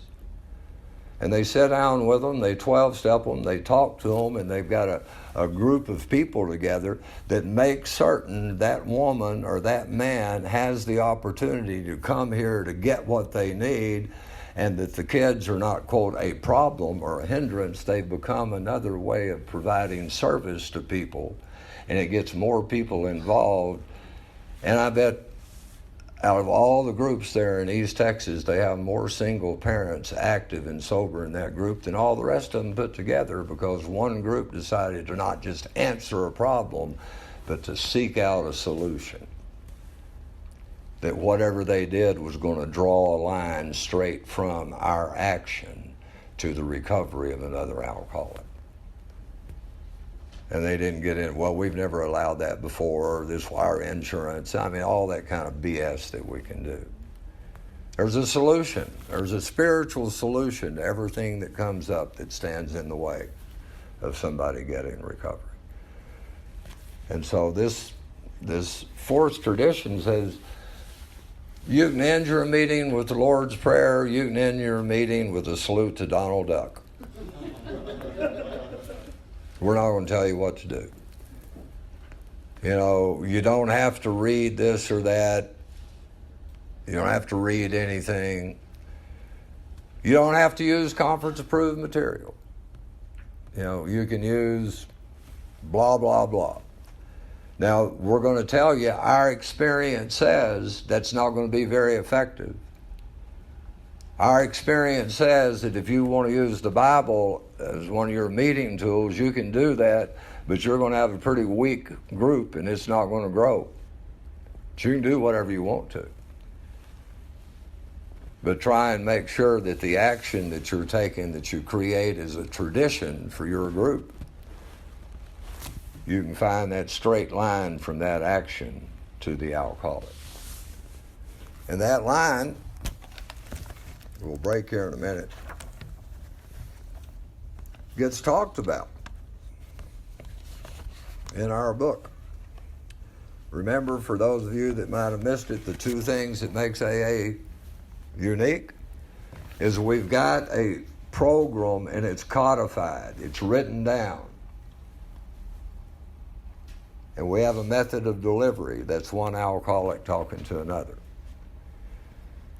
And there's a lot of information that comes in as alcoholism that we can allow if we're not, a lot I hear, a drug is a drug is a drug. You may believe that. It's not in our program. See, we're always faced with surrendering. I'll hear issues from, I love some of the new psychobabble issues. I'll go places and, the topic today is going to be boundaries. That's well and good. That's a good treatment program, but it's not in our book. Our book is, I'm powerless and my life's unmanageable, but I'm going to set some boundaries. How about we've got some directions to follow, and if you follow those directions, it'll set automatic parameters in your life. But if I'm not careful, I let a lot of the process group stuff come into the, people just need to talk and get things off their chest, while the rest of us sit back there and think about blowing our brains out. It's we're not here to get things off. I've been in AA 25 years. I've never asked for a burning desire in that time. I never asked for a burning desire because guess what? We're alcoholics. People are going to have some. And they're not going to have a damn thing to do with what's going on with the solution. And sometimes I've had it, and people say you're going to hurt people's feelings. You know, I need to talk about that SOB did such and such, and I'll say, okay, we got enough. The topic today is resentments. Or the topic is self-pity, you know. Now, we can laugh about that, but we've gone through these first 4 traditions, and we're fixing to get on the one that guides us back to that. What's the purpose of a group conscience? If not to make decisions about how we operate as a group, to make certain that our meetings and our topics and how our groups are chaired and how they're ran are designed with keeping the solution the center of what we're about, and not allowing just some big pity party to go on because we're afraid we'll hurt somebody's feelings if we tell them. Is that being too rough? But it's not going to happen if a lot of groups will do, they haven't gone over this in group conscience. To chair a meeting and here you've got to have 90 days sober. Now that's something that people have decided in a lot of groups. But there's no guidelines or no structure for what does it mean to chair a meeting. How do you chair a meeting? You know, how do you pick the topic? Do you call on people, or do you just, you know, all that stuff? We just say, well, you got 90 days, you're ready. It takes some committed work behind the scenes as a group, seeking unity in a group conscience, hoping that God might speak to that group conscience about how we might better perform as a group to make sure what we're doing has a line straight from that action to the still suffering alcoholic. And I'll read this before we break and get into the 5th tradition. I was taught this. I didn't know it was going to come in handy later. I just got taught this by my current sponsor. He said, do you know why you do inventory and amends? I said, yeah, I don't ever want to drink again. He said, yeah, that's part of it, but why? What's really behind it? But the ex-problem drinker who's found this solution, who is properly armed with facts about himself, can generally win the entire confidence of another alcoholic in a few hours. Until such an understanding is reached, little or nothing can be accomplished. Steve said, how in the hell are you going to be properly armed with facts about yourself if you haven't done 4 through 9? You're just giving your opinions of yourself otherwise. How can you be properly armed? How can you approach and win the confidence of another alcoholic in 2 minutes after the meeting saying, here's my number, call me if you need something? It says there in a matter of a few hours. There's a big difference. It goes back to that. It's not always convenient to work with other alcoholics. But if one of those hours that I'm spending with a new person is going to be one of our meetings, then I hope the group I'm a part of has operated out of a group conscience and continually checks itself out of that group conscience to try the best we can to make certain that the message that's being presented in that hour is being presented by people properly armed with facts about themselves, trying to win the confidence of that other alcoholic so they can go on and meet with them more. You hear what I'm saying? And we get so lazy in our meetings. Who's going to chair? Somebody need to get up there. I did it last time. Or passing out how it works or what we're going to read. We don't know if the person is new or not. We don't know if they're an alcoholic or not. Here, would you like to read? You know, it takes some more attention to the urgency of the task we're about. And that urgency is to share this message with people that they don't get it, they might die. And if I don't share it, I might get drunk again and die too. And I assure you, that's how they saw this. If you read our history, if you look into the history of some of these people that you've got their pictures and stuff up here, they understood something that we're fixing to get into in the next tradition after this break, is I don't do very well if I try to make AA fit into my life. But my life changes substantially if I try to fit my life into my AA. And by surrendering, I have found, to all of our principles, eventually you experience what I heard early on and now experience. There's not any separation between work, home, play, and AA. It's just one life.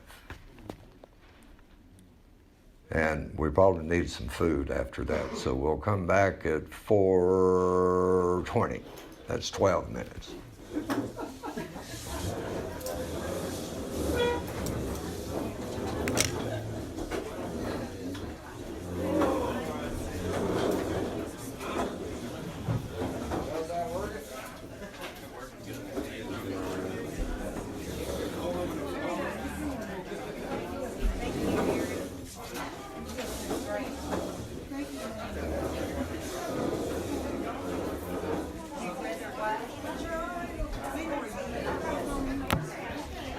We'll get started again.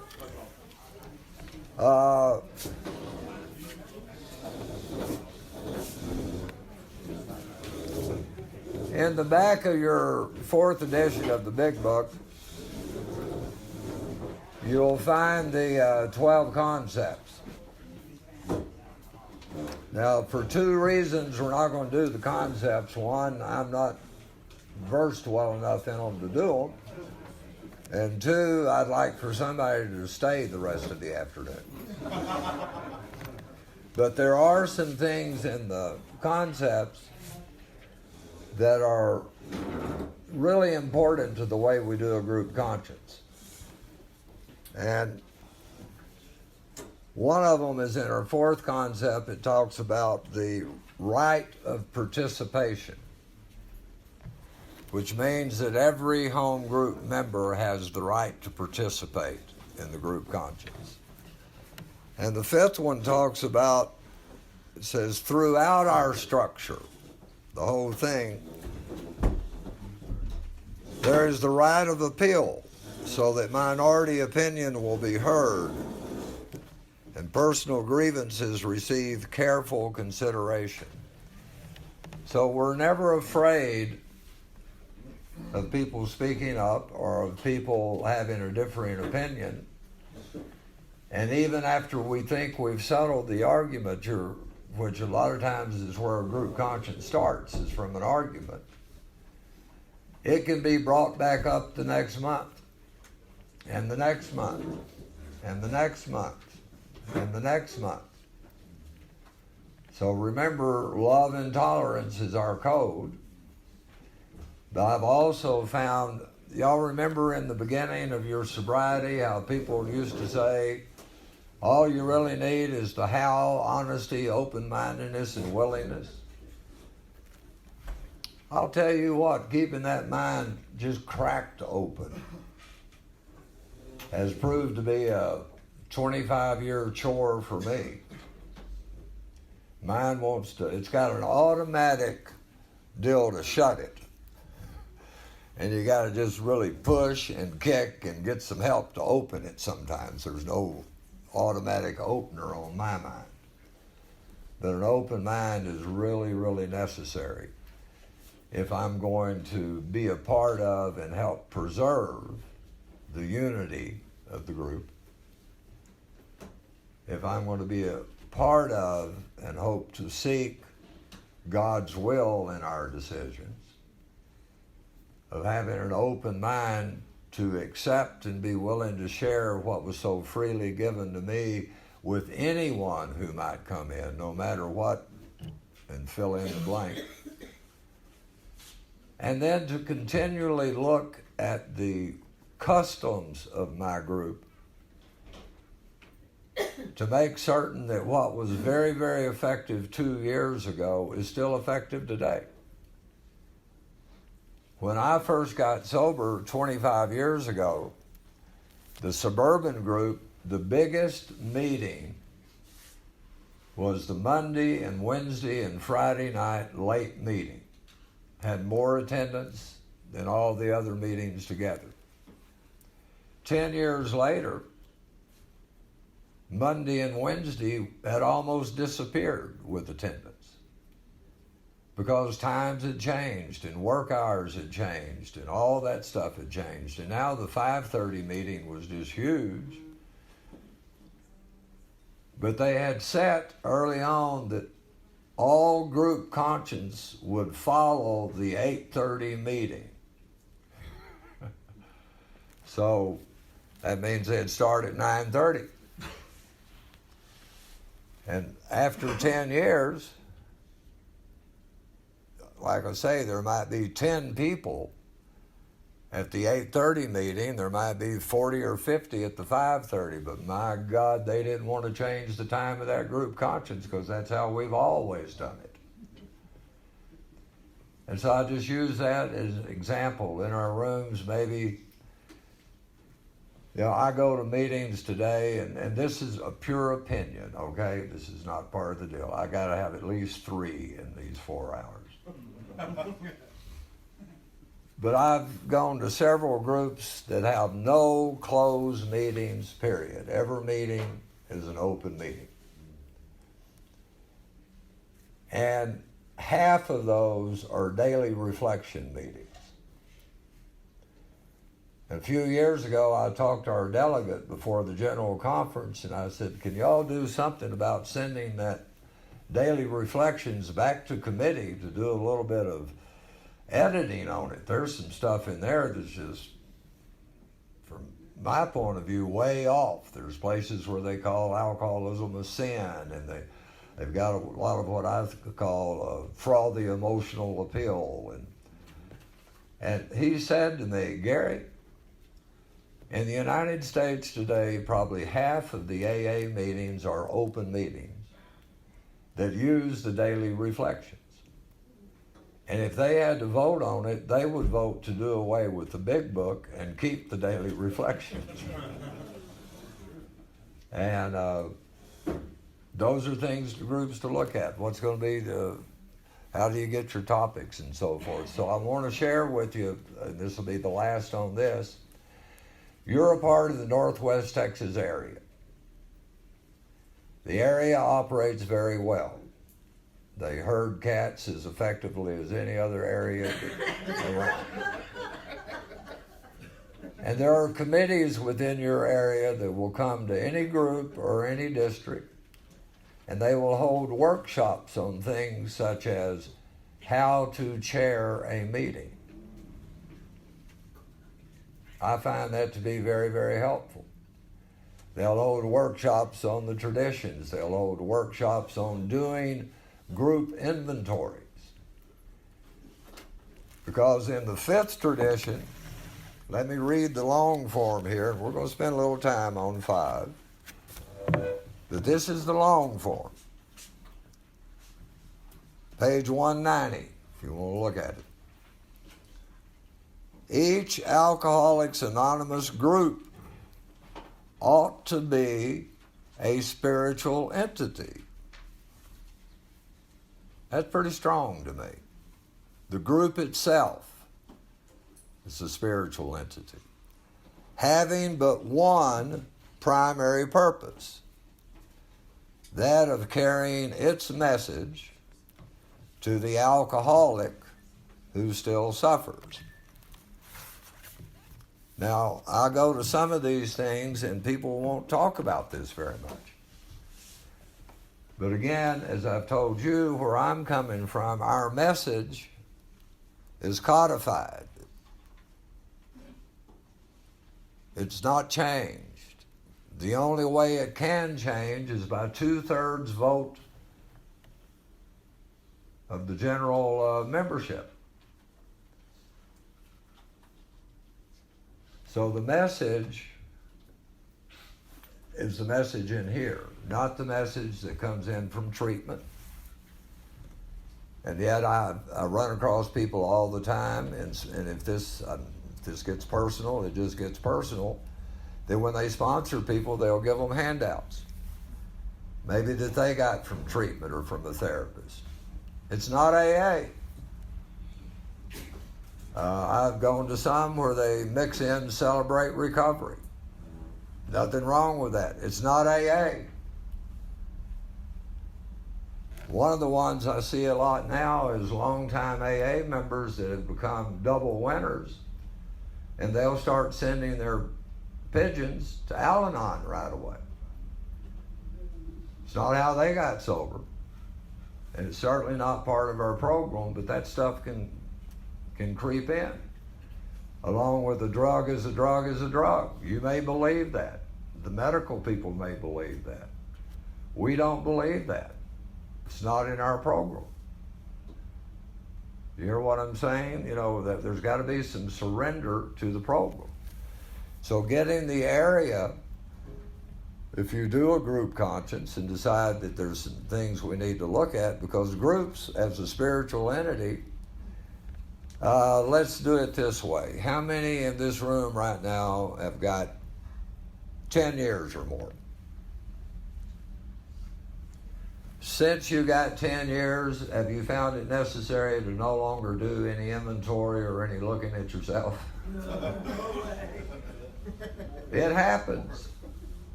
Just as individuals are called to continue to surrender to the 10th step or an inventory, so are groups.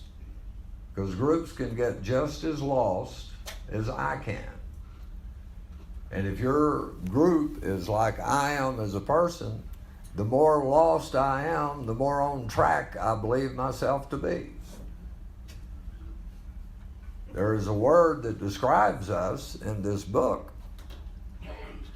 And I highly suggest to people a word I hear in meetings quite often, that we get that out of our vocabulary. And the word I'll hear in meetings is about being in denial. We are so far beyond denial, it's not even funny. The big book has a much better word called delusion. Delusion means we're nuts. See step 2. Denial literally means, I know something's wrong, but I'm going to do it anyway. Delusion is, I believe my stuff. I'm crazy. I believe my stuff. And we all know that with regard to step 1, the stuff we said all over, I'm not hurting anybody but myself. I can stop anytime I want to. I'm not really that bad. And we get in to start doing the steps and find out we've been crazy. That's why step 2 mentions that. You're nuts. Again, welcome to AA. And I can go nuts again real quick if I'm not staying surrendered.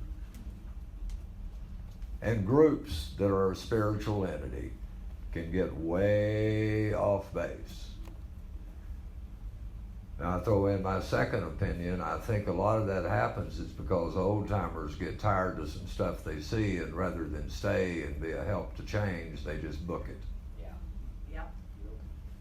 And so people are left to run the meetings and do the stuff, and they're doing the best they can, but they've not had anyone to give them the instruction and the guidance of how we need to be doing this as an AA group. Just throwing that out there. Now then, it's my understanding out of our literature. I'll tell you how we do it in my home group. We read before a closed meeting. This is a closed meeting of Alcoholics Anonymous. Closed meetings are for alcoholics only. If you are present tonight and you do not have a desire to not drink, you are welcome to stay tonight. If we're a spiritual entity, this is our understanding. We don't enforce the traditions at the door. We don't tell someone who's walking in for their first meeting and they may not know what in the hell they are. Or they're coming to the first meeting and their husband or their wife is with them. We just don't feel like it's the way a spiritual entity would operate to say, well, you got to go. Because they're not going to hurt us that night. You're welcome to stay tonight. Our open meetings are on and we give those dates. And then, as a member of Alcoholics Anonymous, it's my responsibility that after that meeting, I go to that person and offer them a trip to the coffee shop, offer them a time to sit down between now and the next meeting, have that discussion with them, share my experience with them, and start allowing them to find out what they are or are not, because they may not know.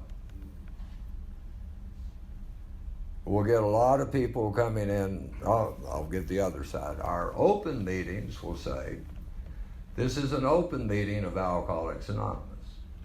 All are welcome to attend. However, only alcoholics will participate by sharing, by reading, or by contributing to the basket when it's passed. And then we'll go into our meeting. And we have chair people. We've done these workshops from the area, and the chair people are chairing the meeting. And so they're calling on people in the meeting. They're not just saying, speak up if you want to, because that may be an invitation for someone who's not an alcoholic to speak up. So they're calling on people and they're chairing the meeting on a solution-based topic. But AA is for alcoholics. Now, personally, I've had a large number of people come in and identify as an addict. I don't take their word for it. When I came in, I was not an alcoholic. Thank God y'all didn't take my word for it. We don't know what we are. I work out of the general principle that my addict friends don't drink that well either.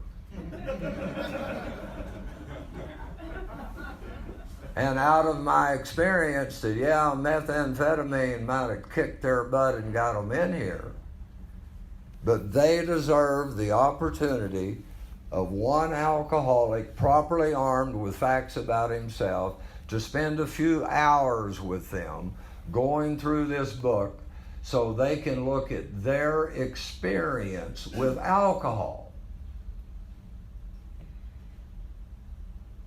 Not my opinion of it, but their experience. So when we get them to page 44, and we get to our 2 questions, we don't have 20, we don't have 40, we have 2. If when you honestly want to, you find you can't quit drinking entirely, or, not and, if when drinking you have little control over the amount you take, then you're probably an alcoholic. Which means you've got an illness that what? Only a spiritual experience will conquer. And so now, armed with facts about myself, I can sit down with this guy. The last one I had said, no, I'm just a pothead, man. But as we went through it, it took several hours, and he went through his history behind alcohol. He said, oh man, when I was in high school, every time I drank, I got sloshed. I got a couple of PIs, and I found dope, and I never had to do that stuff anymore. And now I've only got a couple of felonies for delivery, you know. But he was very surprised to go through and find out he's an alcoholic. But everybody needs that opportunity. When I moved to the town I'm living in now, I found out where the NA meetings were. I found out when an open meeting was. I went, I met 3 of the people that had the most time. I got their numbers and phone numbers, and it's my responsibility as a member of Alcoholics Anonymous. Bill talks about this. You've got the little pamphlet problems other than alcohol. You've also got a lot of his writings that were in the grapevine. He says, our addict brothers and sisters are first cousins, probably afflicted with an illness worse than ours. That's pretty strong from Bill Wilson. And it's our responsibility not to shun them, but to put them in the direction where they can get the help they need. And he writes to several individuals about, if you as an individual want to sit down and take them through the steps, you can do that. We don't tell anybody what they can and can't do. But they don't participate in AA meetings. Now that's tough today. But it's part of our codified program. And you're going to find all kinds of people with a lot of time that says, oh, that's a bunch of crap. That's fine. I just suggest that you stay with the book. We've got a lot of people in AA, and I would be one, I'm sure, if not for the fact of who I'm sponsored by and the way I was sponsored, who probably haven't read this book in 15 years. You know, so we just have to look at that. But that Tradition 5 says we've got a primary purpose. Doesn't say we have 15 of them. But it also says we're spiritual entities, so we don't get all black and white. We don't try to beat people up with it. It means that everybody deserves some time. It means that I don't want to be a part of a group where somebody comes into a closed meeting and says, I'm an addict, and 3 people say, you got to get out of here. I don't see that as how a spiritual entity would work. I see where it might mean that I might leave the meeting and go with them and start doing the visiting. And I've had a large number of them that are real addicts, that are not alcoholics. And I'll take them to their first NA meeting and I'll introduce them to some NA people, because I'm of the opinion that we kill people that are not alcoholics by trying to force them into AA. And we water down the power of our program by trying to be everything for everybody. And it gets us back to the third tradition, where you're an alcoholic and you're a member if you say you are. But it also means we're asking you to surrender to the program as it is, and not as you or someone else thinks it needs to be. Folks, if you look around the room, and not just the people, but again, look at our history. We have inherited this program. It's an inheritance. It's a gift. And I guarantee you, some of the people whose pictures you see and some of the old timers you knew, they were just crazy as bed bugs too. I mean, we remember them with great, I mean, my God almighty. I love Hal Looney, Morning, but that guy was just crazy as hell. And he knew it. That's the good news about it.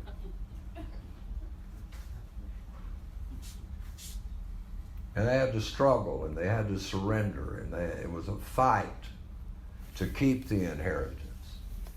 And along the way, they saw what some of you in this room, and we've seen a lot of people die in here. We've seen a lot of people leave here. You know, we've seen a lot of people, and we're seeing less and less people come in and stay.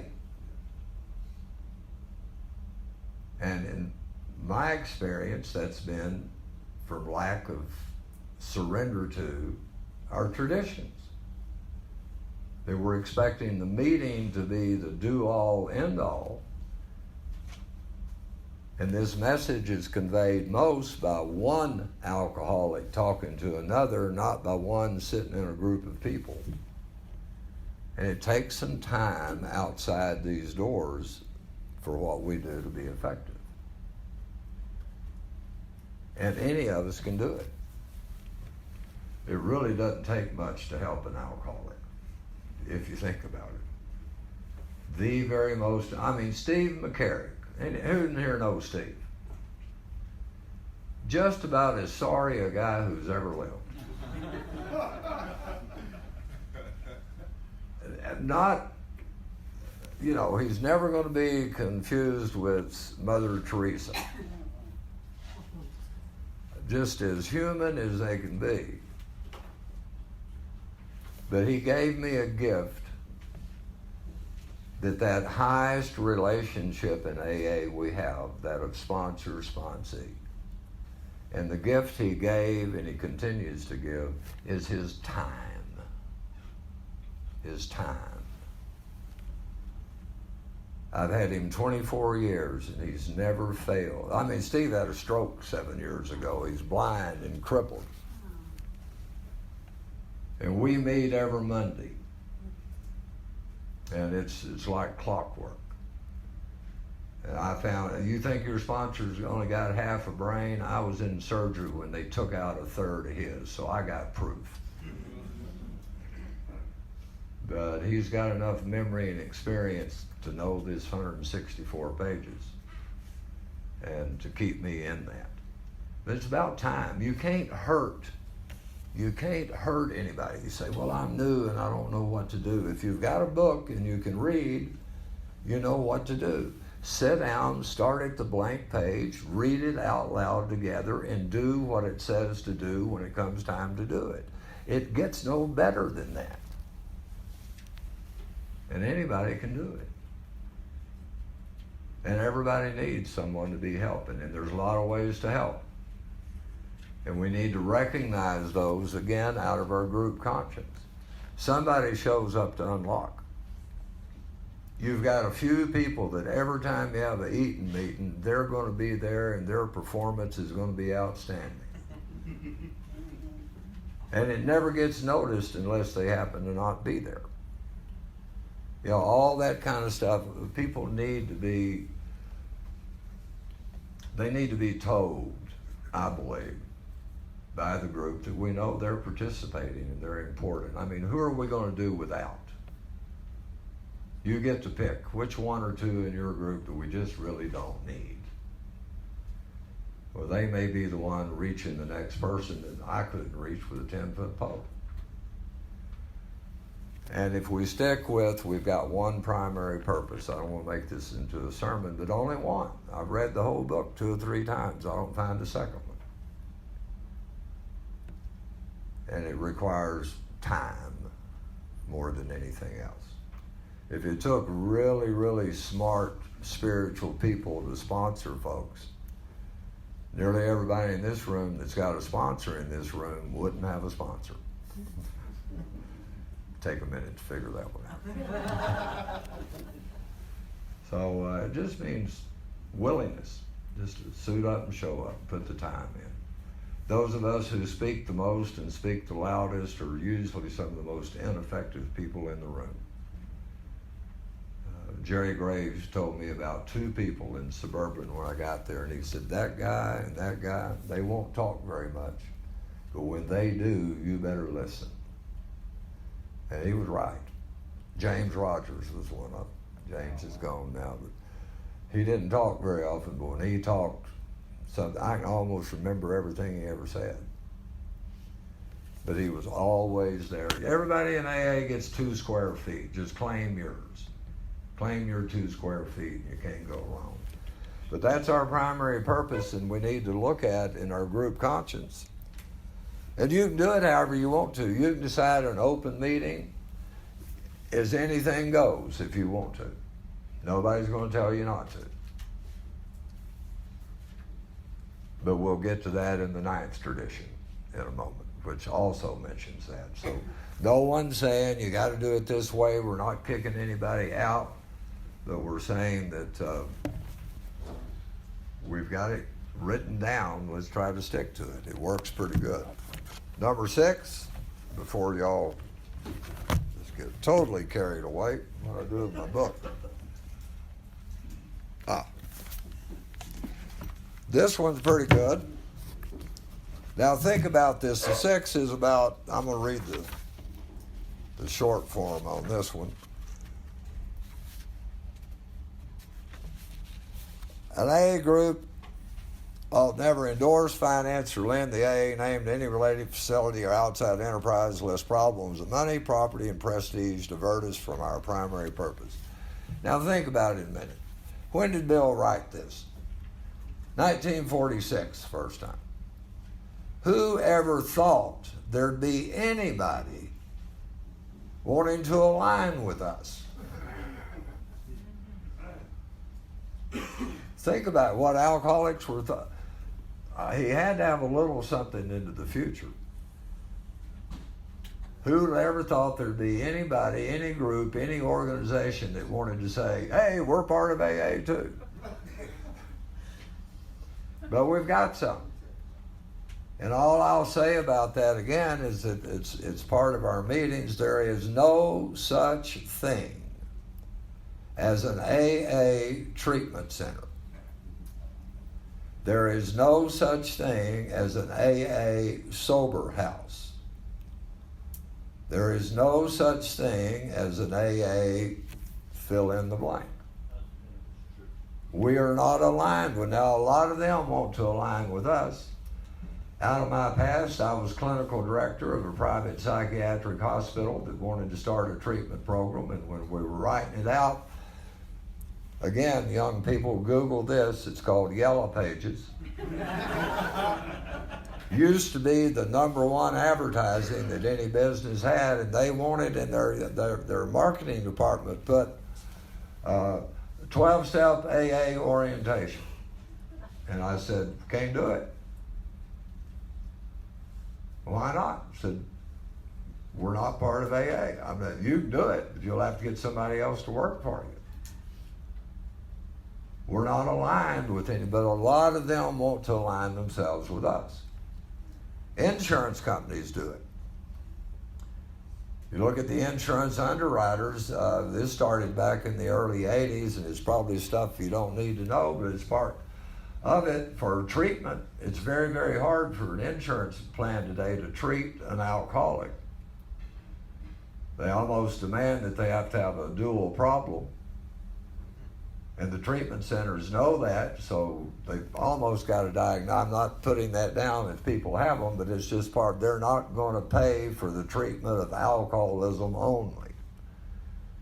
That got abused so bad early, and some of y'all remember the days when if your mother caught you on the 4th beer or the first 6-pack you ever drank, you were in treatment. The insurance would pay for it. And we finally just abused that so bad they won't pay for alcoholism anymore, straight alcoholism. But if you're doing treatment and alcoholism is on the plan, the insurance company is going to ask the provider, where are they at on their steps? That's a question the insurance company wants to know.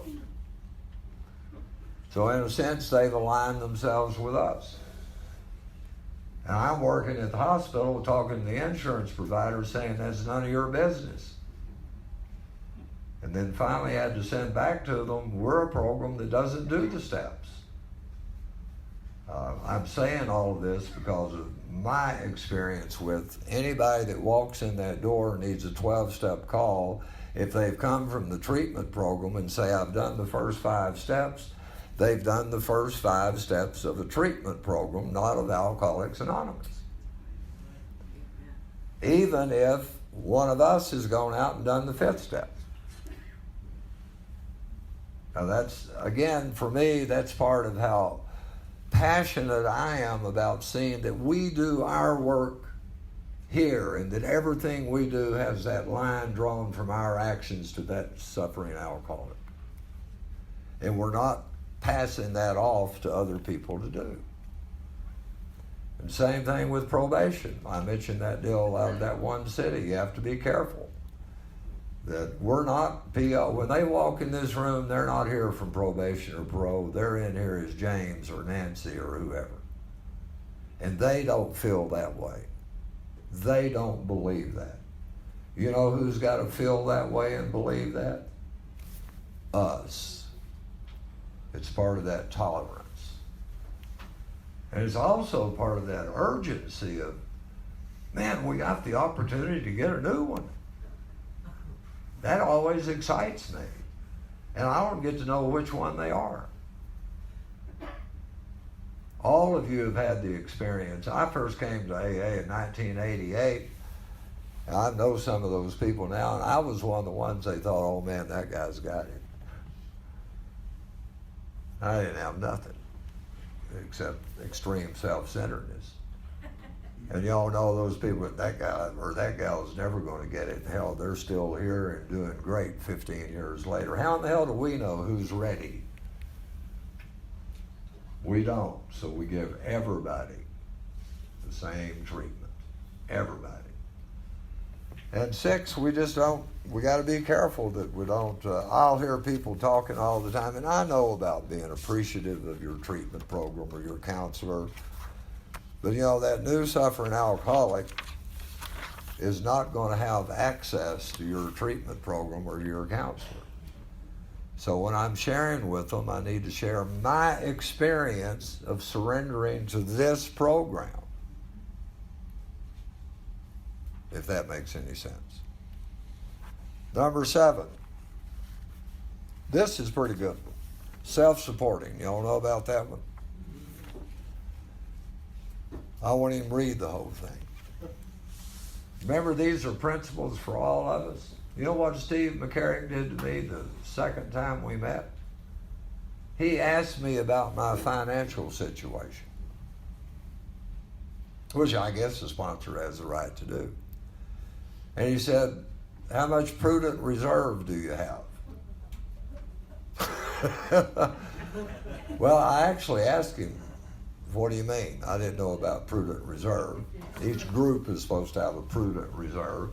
I think General Service, it's talked about 9 or 13 months of funds on hand to be able to handle any of the expenses that you hit a downtime. And Steve said, you need a prudent reserve as an individual. What happens if you lose your job? You need enough money on hand so you can go 6 months if you don't earn a penny, so you don't have to get all uptight and in fear and anxious and maybe go get drunk. Jerry, my first sponsor, knew my brother. And he said to me, if I ever hear you've borrowed a nickel from your brother for gas or cigarettes or anything, you can get another sponsor. You're going to pay your own way, buddy. You're in here trying to become sober, we're going to be self-supporting. If you can't pay for it, you don't need it.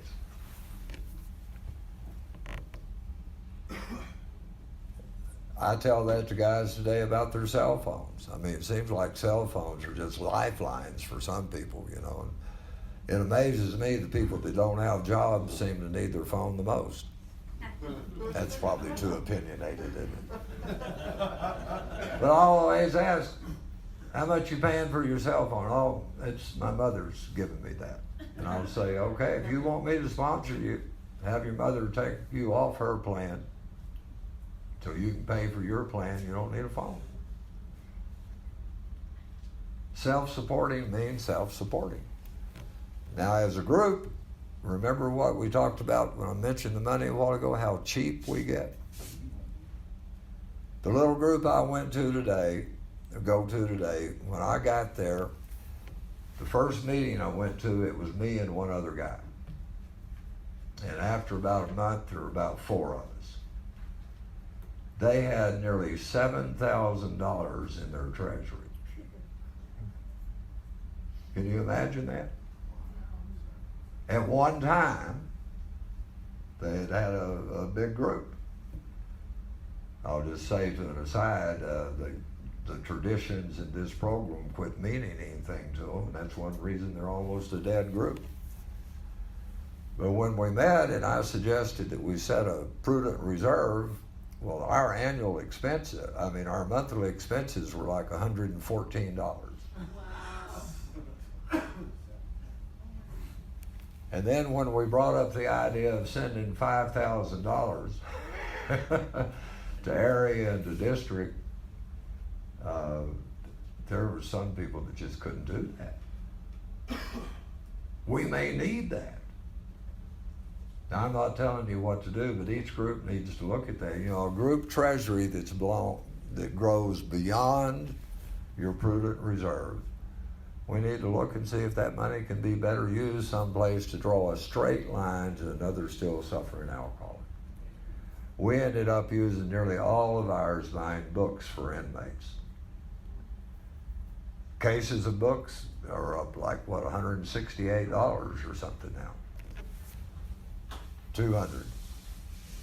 So just in your group conscience, you look at your treasury, and a treasury that's got more money than it needs, do some service work and send it off to a direct line of service to another alcoholic. You can find them.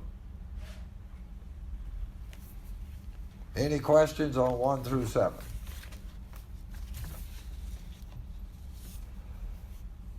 Alcoholics should remain forever non-professional. We define professionalism by the occupation of counseling alcoholics for fee or hire. But we may employ alcoholics where they're going to perform these services for which we might otherwise have to engage non-alcoholics. Such special services may be well recompensed, but our usual 12-step work is never to be paid for. Never. You have staff members. Are there any locally? Does the club have any paid staff? No. Oh, and I forgot to mention that on number 6. Now, this is a club and a group at 710, right? No. Group. Just the group. Just a group. Yes. Okay. Suburban is a club and a group, right? Group. Well, somebody owns the building and we pay rent to somebody, right? We pay rent. What's your definition? What I'm of getting a to club? is there are AA clubs. We don't pay dues. And as weird as it may sound, the group that meets there is not aligned with the club. An AA club can say, we want to banish Liz. Liz can't come on this property. The club can do that. They own it. But they can't tell Liz that she can't come to the meeting. Does that make any sense? The club can say, we don't want you on the property. But 15 minutes before and 15 minutes after, Liz can come and go to the meeting.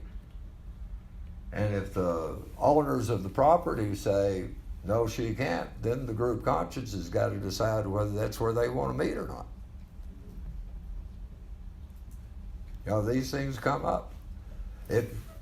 Years ago, here in 710, I remember some real problems. When I was first getting sober, they were wanting to banish some different people from coming, and did. And I remember, some of y'all remember when 710 like went down to nothing. And part of that was because of the way they were exercising who could come and who couldn't come. And they had a real big deal with paper signers too.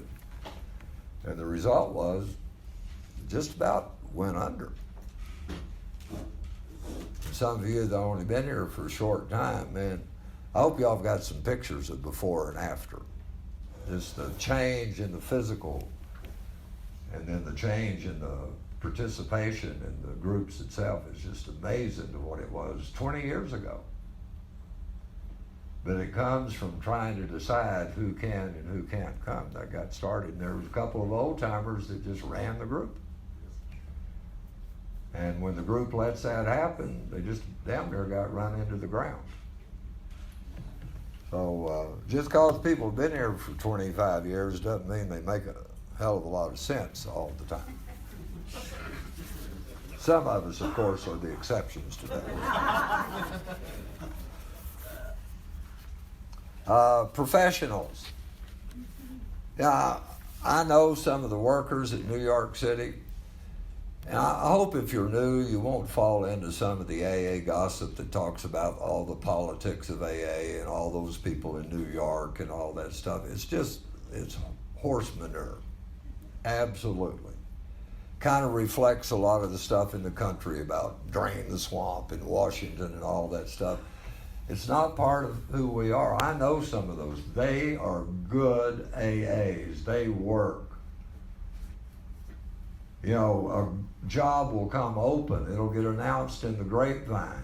Someone in this group can make application for that, and they might get it. I've known 2 people who have been hired out of Texas to be workers in New York, and the sacrifice was tremendous. New York City ain't cheap, and it's not very convenient. And every one of the ones, I mean, we have outstanding people doing our work, and they are doing our work. And I hope all of you will get a chance sometimes to make a visit, take a trip, or call them up, ask for something. And they're not going to tell you what to do, but they'll tell you about experience, and they'll give you some guidance. But everything that's done, I'll say this right quick since we're just coming off of the money. Supposedly everything we do in AA, all the money we sent, you know, your general service conference, what, 2/3 of the delegates or the 2/3 of the conference is delegates, 18 are trustees, and then 10% is the grapevine. So about 2/3 of all actions are the delegates that you're electing. They go up and they do the business. Now, the General Service Conference is not a legal entity, it's a spiritual entity. AA has 3 legal entities. The General Service Board, the Board of Trustees, and I guess Grapevine. So the conference says, we want a new pamphlet for red-headed, blue-eyed girls. Some of them are getting that way. I'm not going to go there. They vote on it, but they don't do the pamphlet. But it comes out of the General Service Conference as an instruction for the trustees to see that it gets done. And there are committees that the trustees have, and so that goes to a committee. And then they pass it to one of the staff members to do the work. The staff does the work that we ask for. Do you understand? They're not up there on their own just pulling stuff out of the air and deciding to do it. And they'll do the pamphlet, and it'll go back to the committee, and they can either accept it or say it needs more work. And then they send it on to the trustees, who can accept it and say it needs more work. And then at the next General Service Conference, it goes back to the conference to approve finally. But I'm saying all of that is we've got some hired workers, and they earn their money. Because guess who they're working with? Remember that first reading? Childish, emotionally sensitive alcoholics. And it's amazing, but try to get to know them. And when you have your state conference, there are going to be always 1 or 2 of them there. Get to know them. They're just drunks like us who are doing this service, and it's really a great cost to some of them. But I really admire them. The people that I give a warning to out of this tradition are what we used to call two-hatters. Members of AA who also work in treatment. Really a dangerous position, one of the highest relapse professions there is. I know when I had to hire those folks, I would never hire anybody that didn't have at least 3 years before they started their education. And then I would tell them, if I ever catch you acting as super sponsor with one of the patients, you're fired. Your job is not to show them how to work the steps or work the steps with them or to Your job is to do what you're licensed to do. And you're licensed to educate. That's what what is that license? LCDC is to educate and to do group counseling. But educate them on the illness and then send them to the people that can do something about it. It doesn't have to be AA, it can be NA, it can be church, it can be a therapist, whatever. We're not saying we're the only ones. But I see a lot of times where counselors are really a danger to themselves because they try to be super sponsor to patients. And it may be effective for a short time, but it's not going to be effective for the long haul. Because we don't get paid. And I'll hear all the time, well, no, I'm not sponsoring anybody because I'm working 40 hours a week with them. That's a dangerous place to be. You've got a line in your big book, the alcoholic. What does it say? The alcoholic who fails to perfect and enlarge their spiritual life through work and self-sacrifice for others cannot meet the certain trials and low spots which lie ahead. The greatest spiritual growth that's available to you and I is to help somebody else. 2 hours a day of meditation can be great. Journaling can be great. Going to spiritual retreats can be great. But the best spiritual growth comes from us one-on-one helping somebody else. And there's no, we don't get paid for that. I hope those of you that are on conference committees will start paying close attention to who you're inviting to speak at your conferences.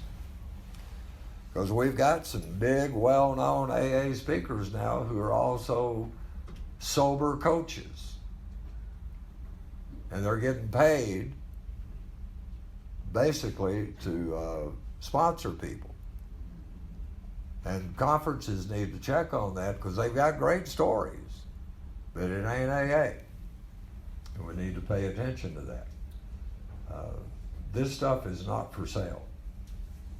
It'll happen all the time. That happens around here sometimes. I've heard of people, I heard of one guy that was having people give him $1 a signature for the papers. Yeah. Was that here? Yeah. You know, that stuff's going to happen. In the parking lot. And there are people that have tried to sell, they've come up with their little spin on how to do the steps and all this stuff, or how to tie the steps into religion and all that stuff. They put it up for sale. AA is not for sale. Now, we can't tell them you're going to get arrested or we're going to kick you out of AA. But I just need to be aware of everybody in here is my teacher, like Chamberlain said. Some people teach me what to do. Some teach me what not to do. And the ones which teach me what not to do are probably my best teachers. So you just watch the lives of some of those folks. Number 9 is one we all ought to love. Now, it's a bad one. AA as such ought never be organized. Anybody think there's any chance of that? Well, let me tell you something. Who in here is already registered for Detroit next summer for the International? Somebody has done a lot of organization. Somebody's done a lot of work. That is a chore and a half. This will be my 5th one to go to. They are well-oiled, well-run. Somebody has worked like crazy to make that happen. And they've done it all out of the structure of the traditions and the concepts. But we don't organize in here saying, okay, we're going to make our steering committee people that have 10 years or more in order to serve on the steering committee. How do you think our group would look if we did stuff like that? No, we don't organize in that way. We can create service boards or committees directly responsible to those they serve. Now, it's also in Tradition 9, before too many of us fall asleep, that a concept in AA gets brought up that groups can be, I moved to a group that it had the same treasurer, I think, for 17 years. And it was his group. He let you know. We voted to go from what I call shot glass coffee cups to 12-ounce coffee cups. He refused to buy them. Because he was the treasurer and it was his deal. Now, why does that happen? Is it his fault? Or is it the group not having the spirit of rotation involved? The spirit of rotation is the major salvation of Alcoholics Anonymous. At the group level, the district level, the area level, at all levels. Rotation means there are jobs and they have limits on them. Most rotation is 2 years. You're treasurer of the 710, you're treasurer of the Suburban. You can't do that for 27 years. You do it for 2 years. And then we find the next guy that's now got a couple years sober and got out of prison for embezzlement, and we make him treasurer. Well, the only place that happens is in AA, but it happens. But the idea here goes back to the first tradition and to the 12th. We can all do the jobs. Maybe Brian could do it better than I can, but we're not in here for better and best. We're in here for people to serve and to participate, and for one person not to believe that they need to continue to do this. I've also gone to a group where one person had chaired the same meeting for 10 or 15 years. It was their meeting. It reminded me of the old days of going to church where Brother so-and-so had the Bible study class for the junior high kids for like 59 years. And you couldn't dynamite him out of there. And he wasn't very effective with junior high kids. The same thing in here. You know, rotation. It's somebody else's time. And you don't leave when your time is up. You just get back at the table. So you need to, in your group conscience, look at the rotation and make sure that's there. And I can assure you, they do it really, really, really well at the area and general service conference level. I mean, it runs smoothly. A lot of times I think if our groups ran as well as that did, we'd all be in a lot better shape. And we've got some evidence here of the people that go up to serve the first time around. They don't know what in the hell they're doing or where to go half the time. It's all brand new. But you know, somehow it works out. And it works out because AA is a spiritual program. And God could and would have salt, and then he gets salt on all levels, and he shows up. And if I get to thinking, well, I did this in Sulphur Springs. We finally got big enough to start having a speaker meeting, so I got the speakers. And I knew who I wanted to get. I want to get speakers who are going to be AA speakers. And speakers that you're going to hear no cussing because they're open meetings. And you just don't, I mean, how attractive is that? If I want to bring my granddaughter to an open meeting and somebody's dropping the S-bomb and the F-bomb every other, very unattractive. I did that for 2 years. And people would say, well, why don't you ask so-and-so from Mount Vernon? No, I've already got somebody. I tell them, I'm not going to ask them because every other word they've got to say is a cuss word. Well, after 3 years, it was still my job. And somebody had the nerve to bring up, didn't you say something a couple years ago about rotation? If you stay in AA, and if you sponsor people, it's called the Mirandizing. Anything you say can and will be used against you eventually. And I had to give it up. And you know what? The meeting hadn't died. It's still going just fine. It doesn't mean I'd choose everyone they're choosing, but people seem to be doing well with it. We got to be willing to let people do their turn too. But that also means you got to be willing to stand for positions. One of the biggest jokes in AA is that somebody takes a newcomer to their first district meeting and they leave being the GSR or something in their group. You know, hopefully we care a little bit more about it than that, and we try to train people and show people and pick people, not that can do it, but that get the information to be able to do it, instead of just saying, okay, who will take this? So when they put the stuff up on the board, traditionally in AA, you stand for a position. Say, I can do that, and you tell the group conscience, I'm standing to be treasurer. Now you're risking something. They might say they don't want you. Or two people might stand, you might get voted down. Well, that usually doesn't happen, does it? Usually as soon as one name comes up, everybody's like, acclamation.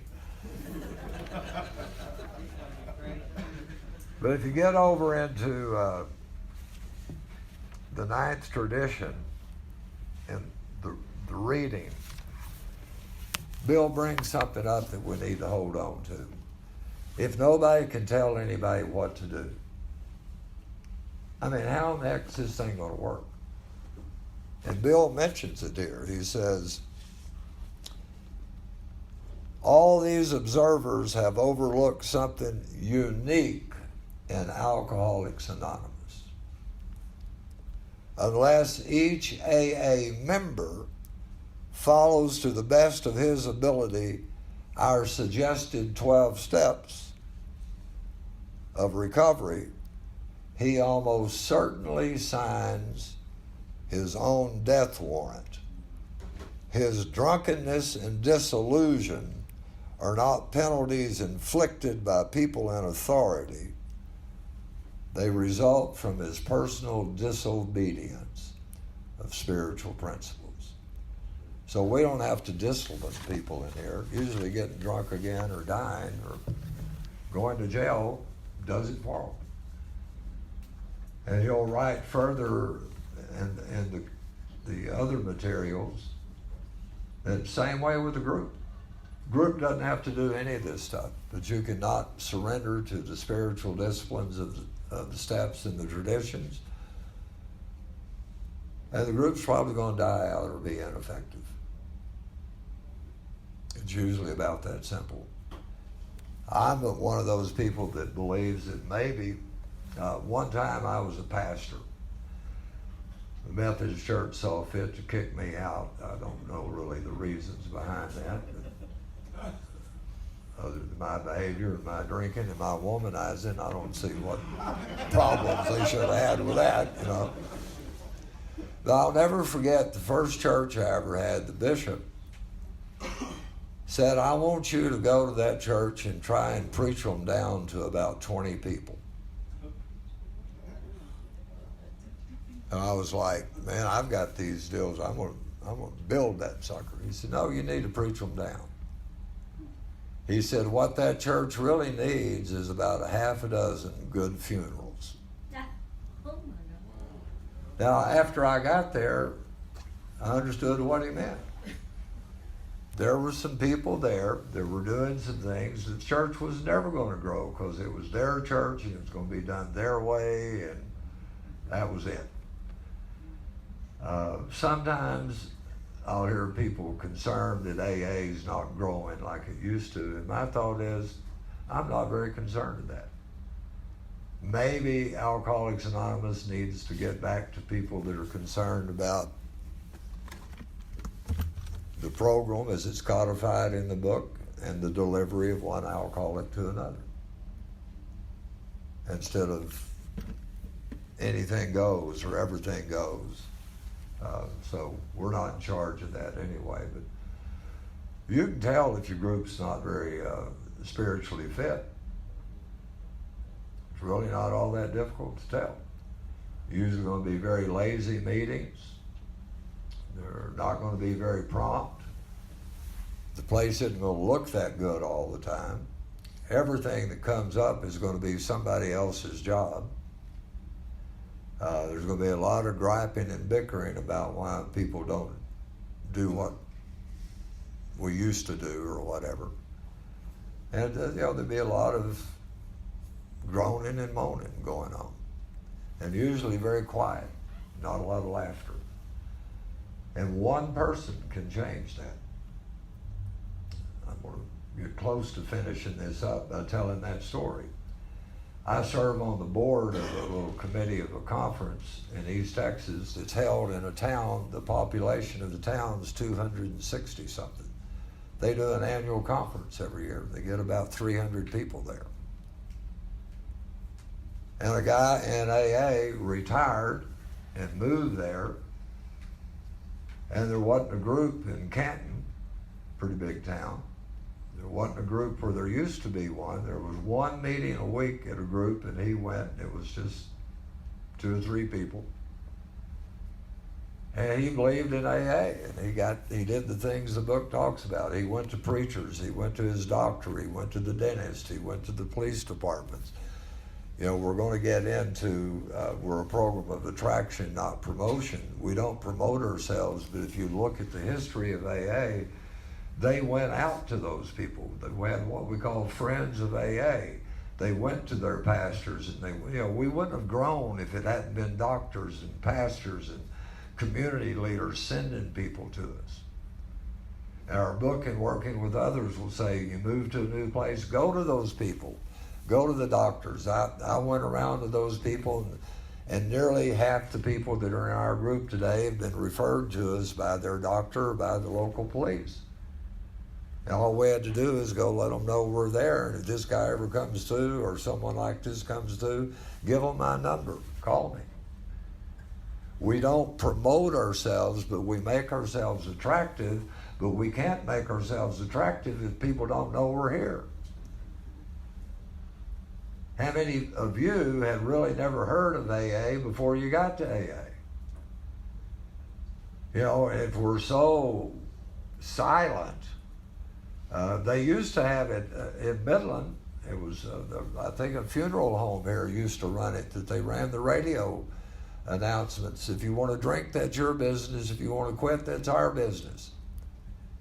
And gave the phone numbers. You know, we can look at our group. We made some flyers. We went to the local laundromats and the Can Help and Salvation Army and the places, and put the notice up there, we meet. Here are some phone numbers. And you know what? People will actually call those. And it's usually a mother or a wife or somebody calling about somebody. That's okay. But this guy was the guy that started the Crested Butte Conference, which is a huge conference. He got there and decided to have a conference, and now it's 10 years old, and it's got all kinds of people. One person excited about their recovery and excited about sharing that with whomever can make such a difference. They can make up for 10 people that don't give a damn. And hopefully it's our job to be that person. The 10th tradition, outside issues. I'm going to share with you, there's one that's already made its way into AA, and I don't see that we're ever going to get it out. It was treated as an outside issue early. And that's that this is a disease. In the beginning, that was an outside issue. If you read through our book, Bill never called it a disease. Called it an illness, a spiritual malady of this kind. I'm just telling you this for general historical information. He stayed away from calling it a disease because that's the domain of the doctors. And that's one thing that we've allowed to creep in, from the treatment centers in the treatment field. Disease, disease, disease, disease, to where sometimes it almost loses its power. Well, I've got a disease. Like, what does that mean? So that's come in. But there are other things that creep in if we're not careful. And one of those, of the outside issues, can be our relationship with the treatment facilities and things like that. The other can be of giving in to the idea of information coming from the medical fields into AA, and one of those is about a drug is a drug is a drug. That's an outside issue. When I get up and tell my story, I don't say, now I'm an alcoholic, but I gotta apologize, I'm gonna talk about drugs. They're part of my story. But I don't talk about those in my surrender and in my recovery from alcohol. I think the word pure alcoholic is mentioned once in our entire literature, and that's in AA Comes of Age. But let me tell you something, folks. There are lots of people who never did drugs who are real alcoholics. Bunches of them. And they get very concerned about coming to meetings where all that's talked about is drugs and drug use. The way they told me about that is an outside issue. I was an addict alcoholic when I got here. Jerry Graves again took me to page 44. He said, all right, you agree you're an alcoholic? I said, yeah. He said, okay. If I'm going to keep sponsoring you, you'll never identify yourself again as an addict alcoholic. It's just my experience. And I gave that deal of, well, there's probably people I could reach. And he said, yeah, and half the room you can't reach. That I don't want to do anything in here that cuts me off from any of the other people. If I'm in a room of AA, all alcoholics can identify. If I continue to say I'm an addict alcoholic, I might have just cut off 50% of them. Now again, I'm not telling people what to do, but I'm saying that things like this and stuff in your groups ought to keep bringing these questions up so that we look at them in a spiritual way and find a surrender. Because it means something. It means something about that direct line of what I'm doing, of what we're doing to the next alcoholic. You hear what I'm saying? So we have to look at things and keep an open mind on them. Other outside issues, anybody know of any? Politics. Huh? Politics. Yeah, I was waiting for somebody to say it. Now, Midland is unlike any other city in the world because politics are meaningless here. Nobody in Midland, Odessa has any political opinion. The way I was taught and the way I believe our traditions lead us is that this is sanctuary. And there's no place in Alcoholics Anonymous for any outside issues. And that means out on the front when we're smoking before the meeting. It means the conversations we're having before the meeting, because the new guy coming in might overhear. And he might overhear something that somebody's saying out of their political opinion, and they're talking about him. I went to a meeting in East Texas, the very first meeting I went to when I moved there at a different place. Walked in and they had some mimeograph, like cartoons.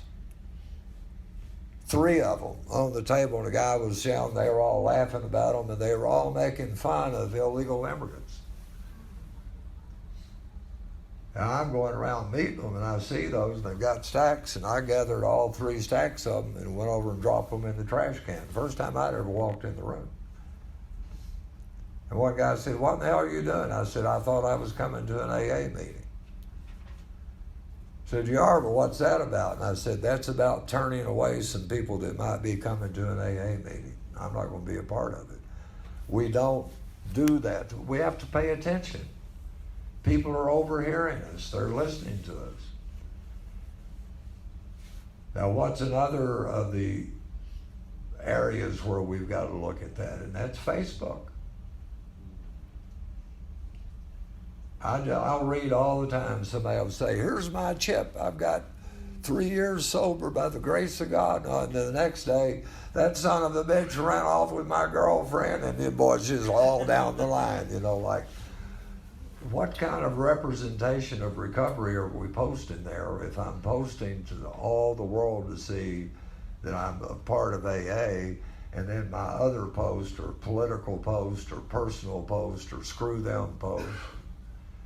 I've got to practice some anonymity at the public level, and Facebook is public level.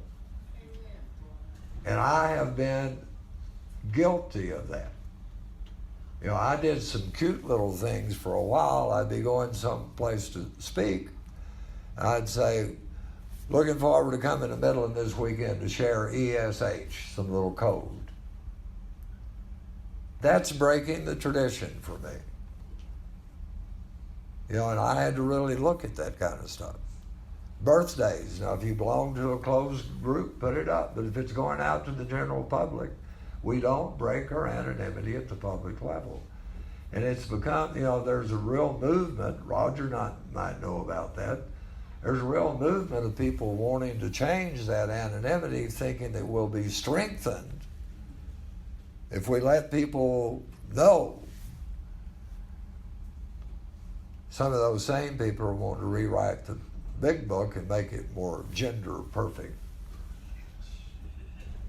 I mean, this stuff goes on, but so far it hasn't happened. I'm just asking you, pay attention at the public level. You know, how much of that is ego and how much of that is really helping somebody else? And I, like I say, I'll admit I've had to surrender to that myself. I thought I'd done it in such a way that you wouldn't know what I was saying unless you knew the code of AA. I was wrong. So and again, nobody's going to kick you out of AA. You know, we can't do that. We just ask you to pay attention. I was told, story, I'm not sure about it, but I was told that when the first roundup was held in Odessa, the first state conference, when they really didn't, no group had voted to endorse it. It was a couple of drunks that wanted to have it in Odessa, and they kind of lied to the state committee and said, we've got a committee. Which probably the only lie that's ever been told in AA. But they got a speaker who was a well-known actress who had come out publicly. And she agreed to come and speak. And by the time they had the conference, she was drunk, and that was very public. That's one of the reasons we don't do it. And we think, well, that's just actors and actresses and politicians. There are people that know you and your families and your co-workers and all of that. You know, Jerry told me, don't you tell anybody you're in AA till we get to the 9th step. Because you're liable to get drunk again and you're just going to spoil it for somebody else. So the attraction, that's the way we conduct ourselves. That's the way we greet people. I happen to believe that much of the language that's getting used in AA meetings today turns a lot of people away from AA that would come otherwise. You know, a lot of you're free to do anything you want to, but you know, the filth, and it is filth. And I'll have people say, well, that's just how I talk. And I'll always say, when you're in front of the judge, or when you're at your grandmother's funeral, is that the way you talk in front of the casket? Everybody's got a filter. And it's just, it's a belief of mine, and I hear it all over the country, really, that the freedom to, you know, drop fucking shit all over the place is turning away a lot of people, and there's no line directly from that language to the still suffering alcoholic. And there's no place for it in the meetings of AA. That's my belief. And I just ask each person, our group simply says in the preamble, no one is going to be offended if you don't use foul language from talking. And we've got some people that will say, I don't care what y'all say, I'm going to talk. But generally, they fade away after a while. Just pay it. It's about being attractive. the way we keep our building, the way we open on time, the way we start on time, the way we stay on time, the way someone is set up to be a chairperson, the way they're trained to be a chairperson, the way the meeting runs. I mentioned to somebody at the noon meeting, if I were a member of this group, I'd bring up at a business meeting that half the people who were sitting in the chairs couldn't hear. Because all the talking coming from the table, and it gets past that little break in the wall there, and people are talking real softly like this, and there's a dozen people in the back of the room that can't hear. So the way we arrange the room and all of that kind of stuff to make sure that people can hear and can see, and you teach people how to chair, they can say, "Excuse me, would you speak up," so the other people can hear. That's all part of attraction. And we just need to be aware of it all the time, because we laughingly say all the time, not all the time, but I'll hear it from time to time, "Is this anybody's first meeting of AA?" And then somebody invariably will say, "Is this anybody's last meeting?" And you know, most of the time it is. Or much of the time it is. So to conduct the meetings, to present the meetings, to have the room and the schedule, all that stuff here and set up, and people being of service, not so we get what we need, but so we make sure that the new person coming in is going to get what they need. Because we're here to give the solution and not get our own personal feel-good moment. Attraction, look at it for yourself. The other, I didn't have a job when I got here. And I was looking for one. I came to a meeting wearing some shorts and flip-flops.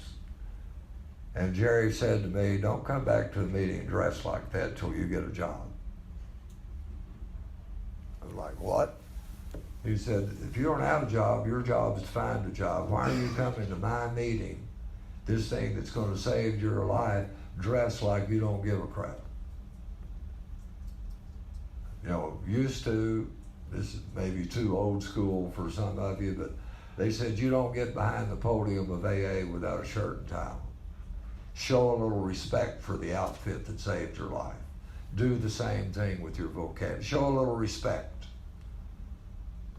both for yourself and for others. So, you know, the way we conduct ourselves and make ourselves attractive, and think about your open meetings particularly. Somebody's mother or grandmother, somebody's pastor, somebody that might be wanting to bring their kid or their wife or their husbands here, and if all they're hearing is a lot of foul language and seeing a lot of people just raising hell, it may not look too attractive to try to get them here. If that sounds like preaching or opinion, it probably is. And we'll go on to number 12. Do y'all have anywhere in the building, I'm not going to ask you to get them down, but a lot of rooms will have Dr. Bob's farewell address. Have any of y'all seen that? Best talk ever made in AA. You'll never hear it from it anymore because it only took 2 minutes. It's hard for any of us to give 2-minute talks. Bill's last talk is hanging on a lot of walls. Have you ever read it? It's about this 12th tradition. It's about anonymity. He's talking about the different levels of anonymity. We have the level of, you know, the public level, but there's also a spiritual thing about anonymity. And if you read in the tradition, it says it's the foundation of all our traditions. You remember that?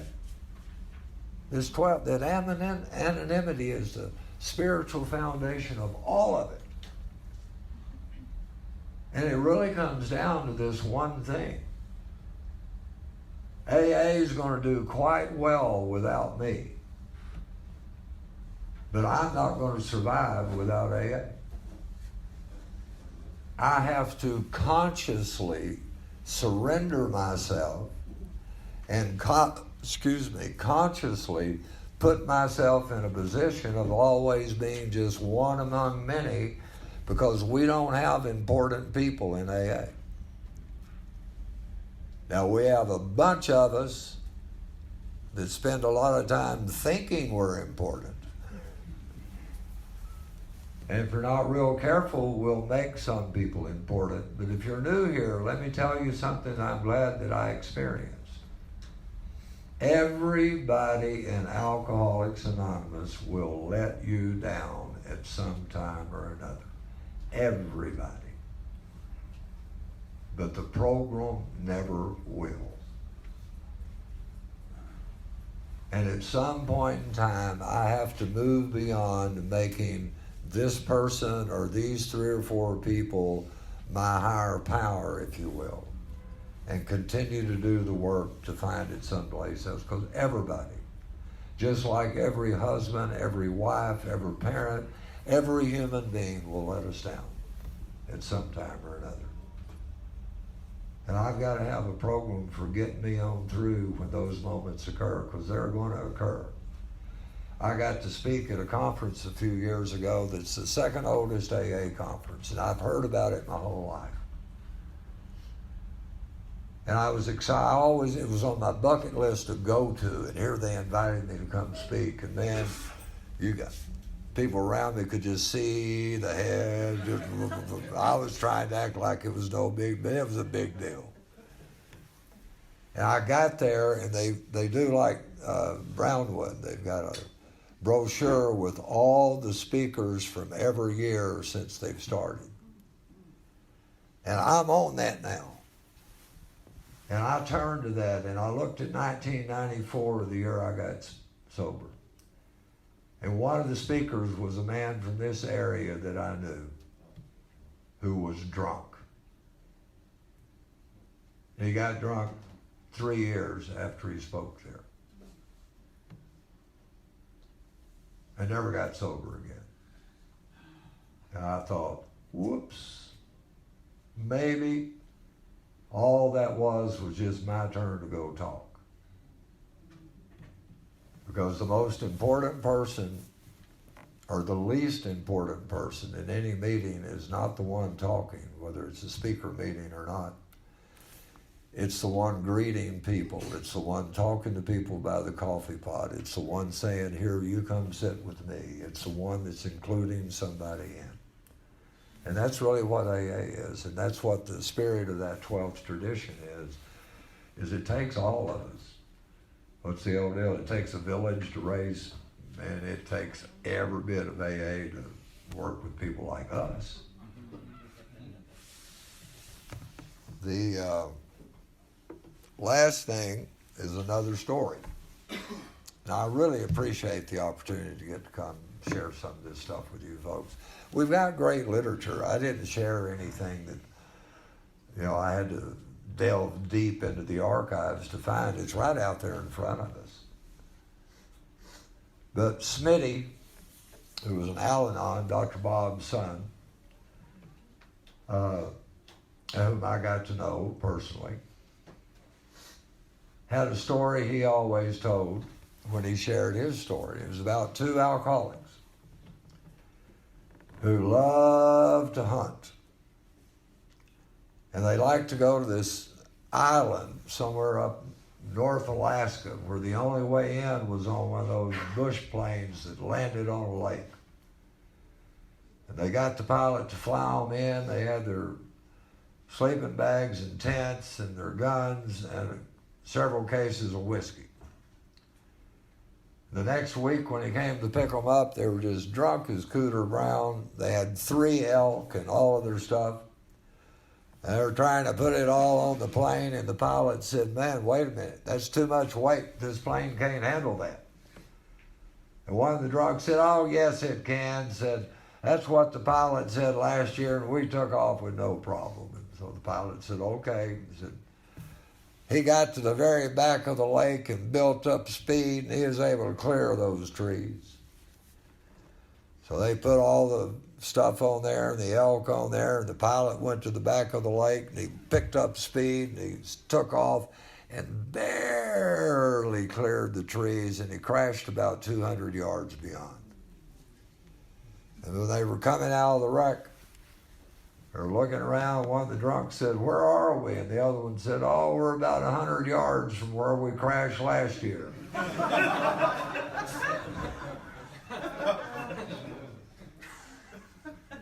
If you're doing your recovery work through your steps, please hear that you're just not that good at being that bad. You know, we're just not that different. We've not done all that much stuff. Most of us have done the same 4 or 5 things over and over and over again. And the same thing is true of a group that's a spiritual entity. We're not that far off from trying to make certain everything we do has that direct line to the still suffering alcoholic. But where we always get off kilter is the same place that I do as an individual. That's complacency. That's sloth. That's, well, it's somebody else's turn. So there's probably not all that much that any of us needs to do. But I have to talk to my sponsor and have him tell me what to do out of this book. I know I can quote almost every word and tell you the page that's on either the 12 and 12 or the big book. But when I have a problem, I can't even tell you where my book is. I've got to have that sponsorship. And the same thing is true with us as a group. We've got to do some inventory, and we've got to have some sponsorship. And you've got those area committees to do things like just help clean up a little bit of how you chair meetings and how you conduct your groups, and, you know, just do some little things to clean it up. Because every time we crash, it's about 100 yards where we crashed last time. And I can guarantee you, if you stick around, there's another crash in about the same place coming in 3 or 4 years. Because that's just the nature of who we are. We're going to have to continue to watch, you know, for the selfishness, the fear, the self-pity. Have to watch for the same stuff all the time. We're not that complex. So my ending to this is, you will hear all the time that AA is a very simple program for complicated people. You ever hear that? It's a lie. Alcoholics Anonymous is a very simple program for extremely selfish, self-centered people. And that creeps down into the group. And all I have to do as a member of it is to surrender to that and ask the group conscience to do the same thing, so we start looking for solutions rather than answers. Thank y'all for allowing me to be a part of your weekend. God bless you.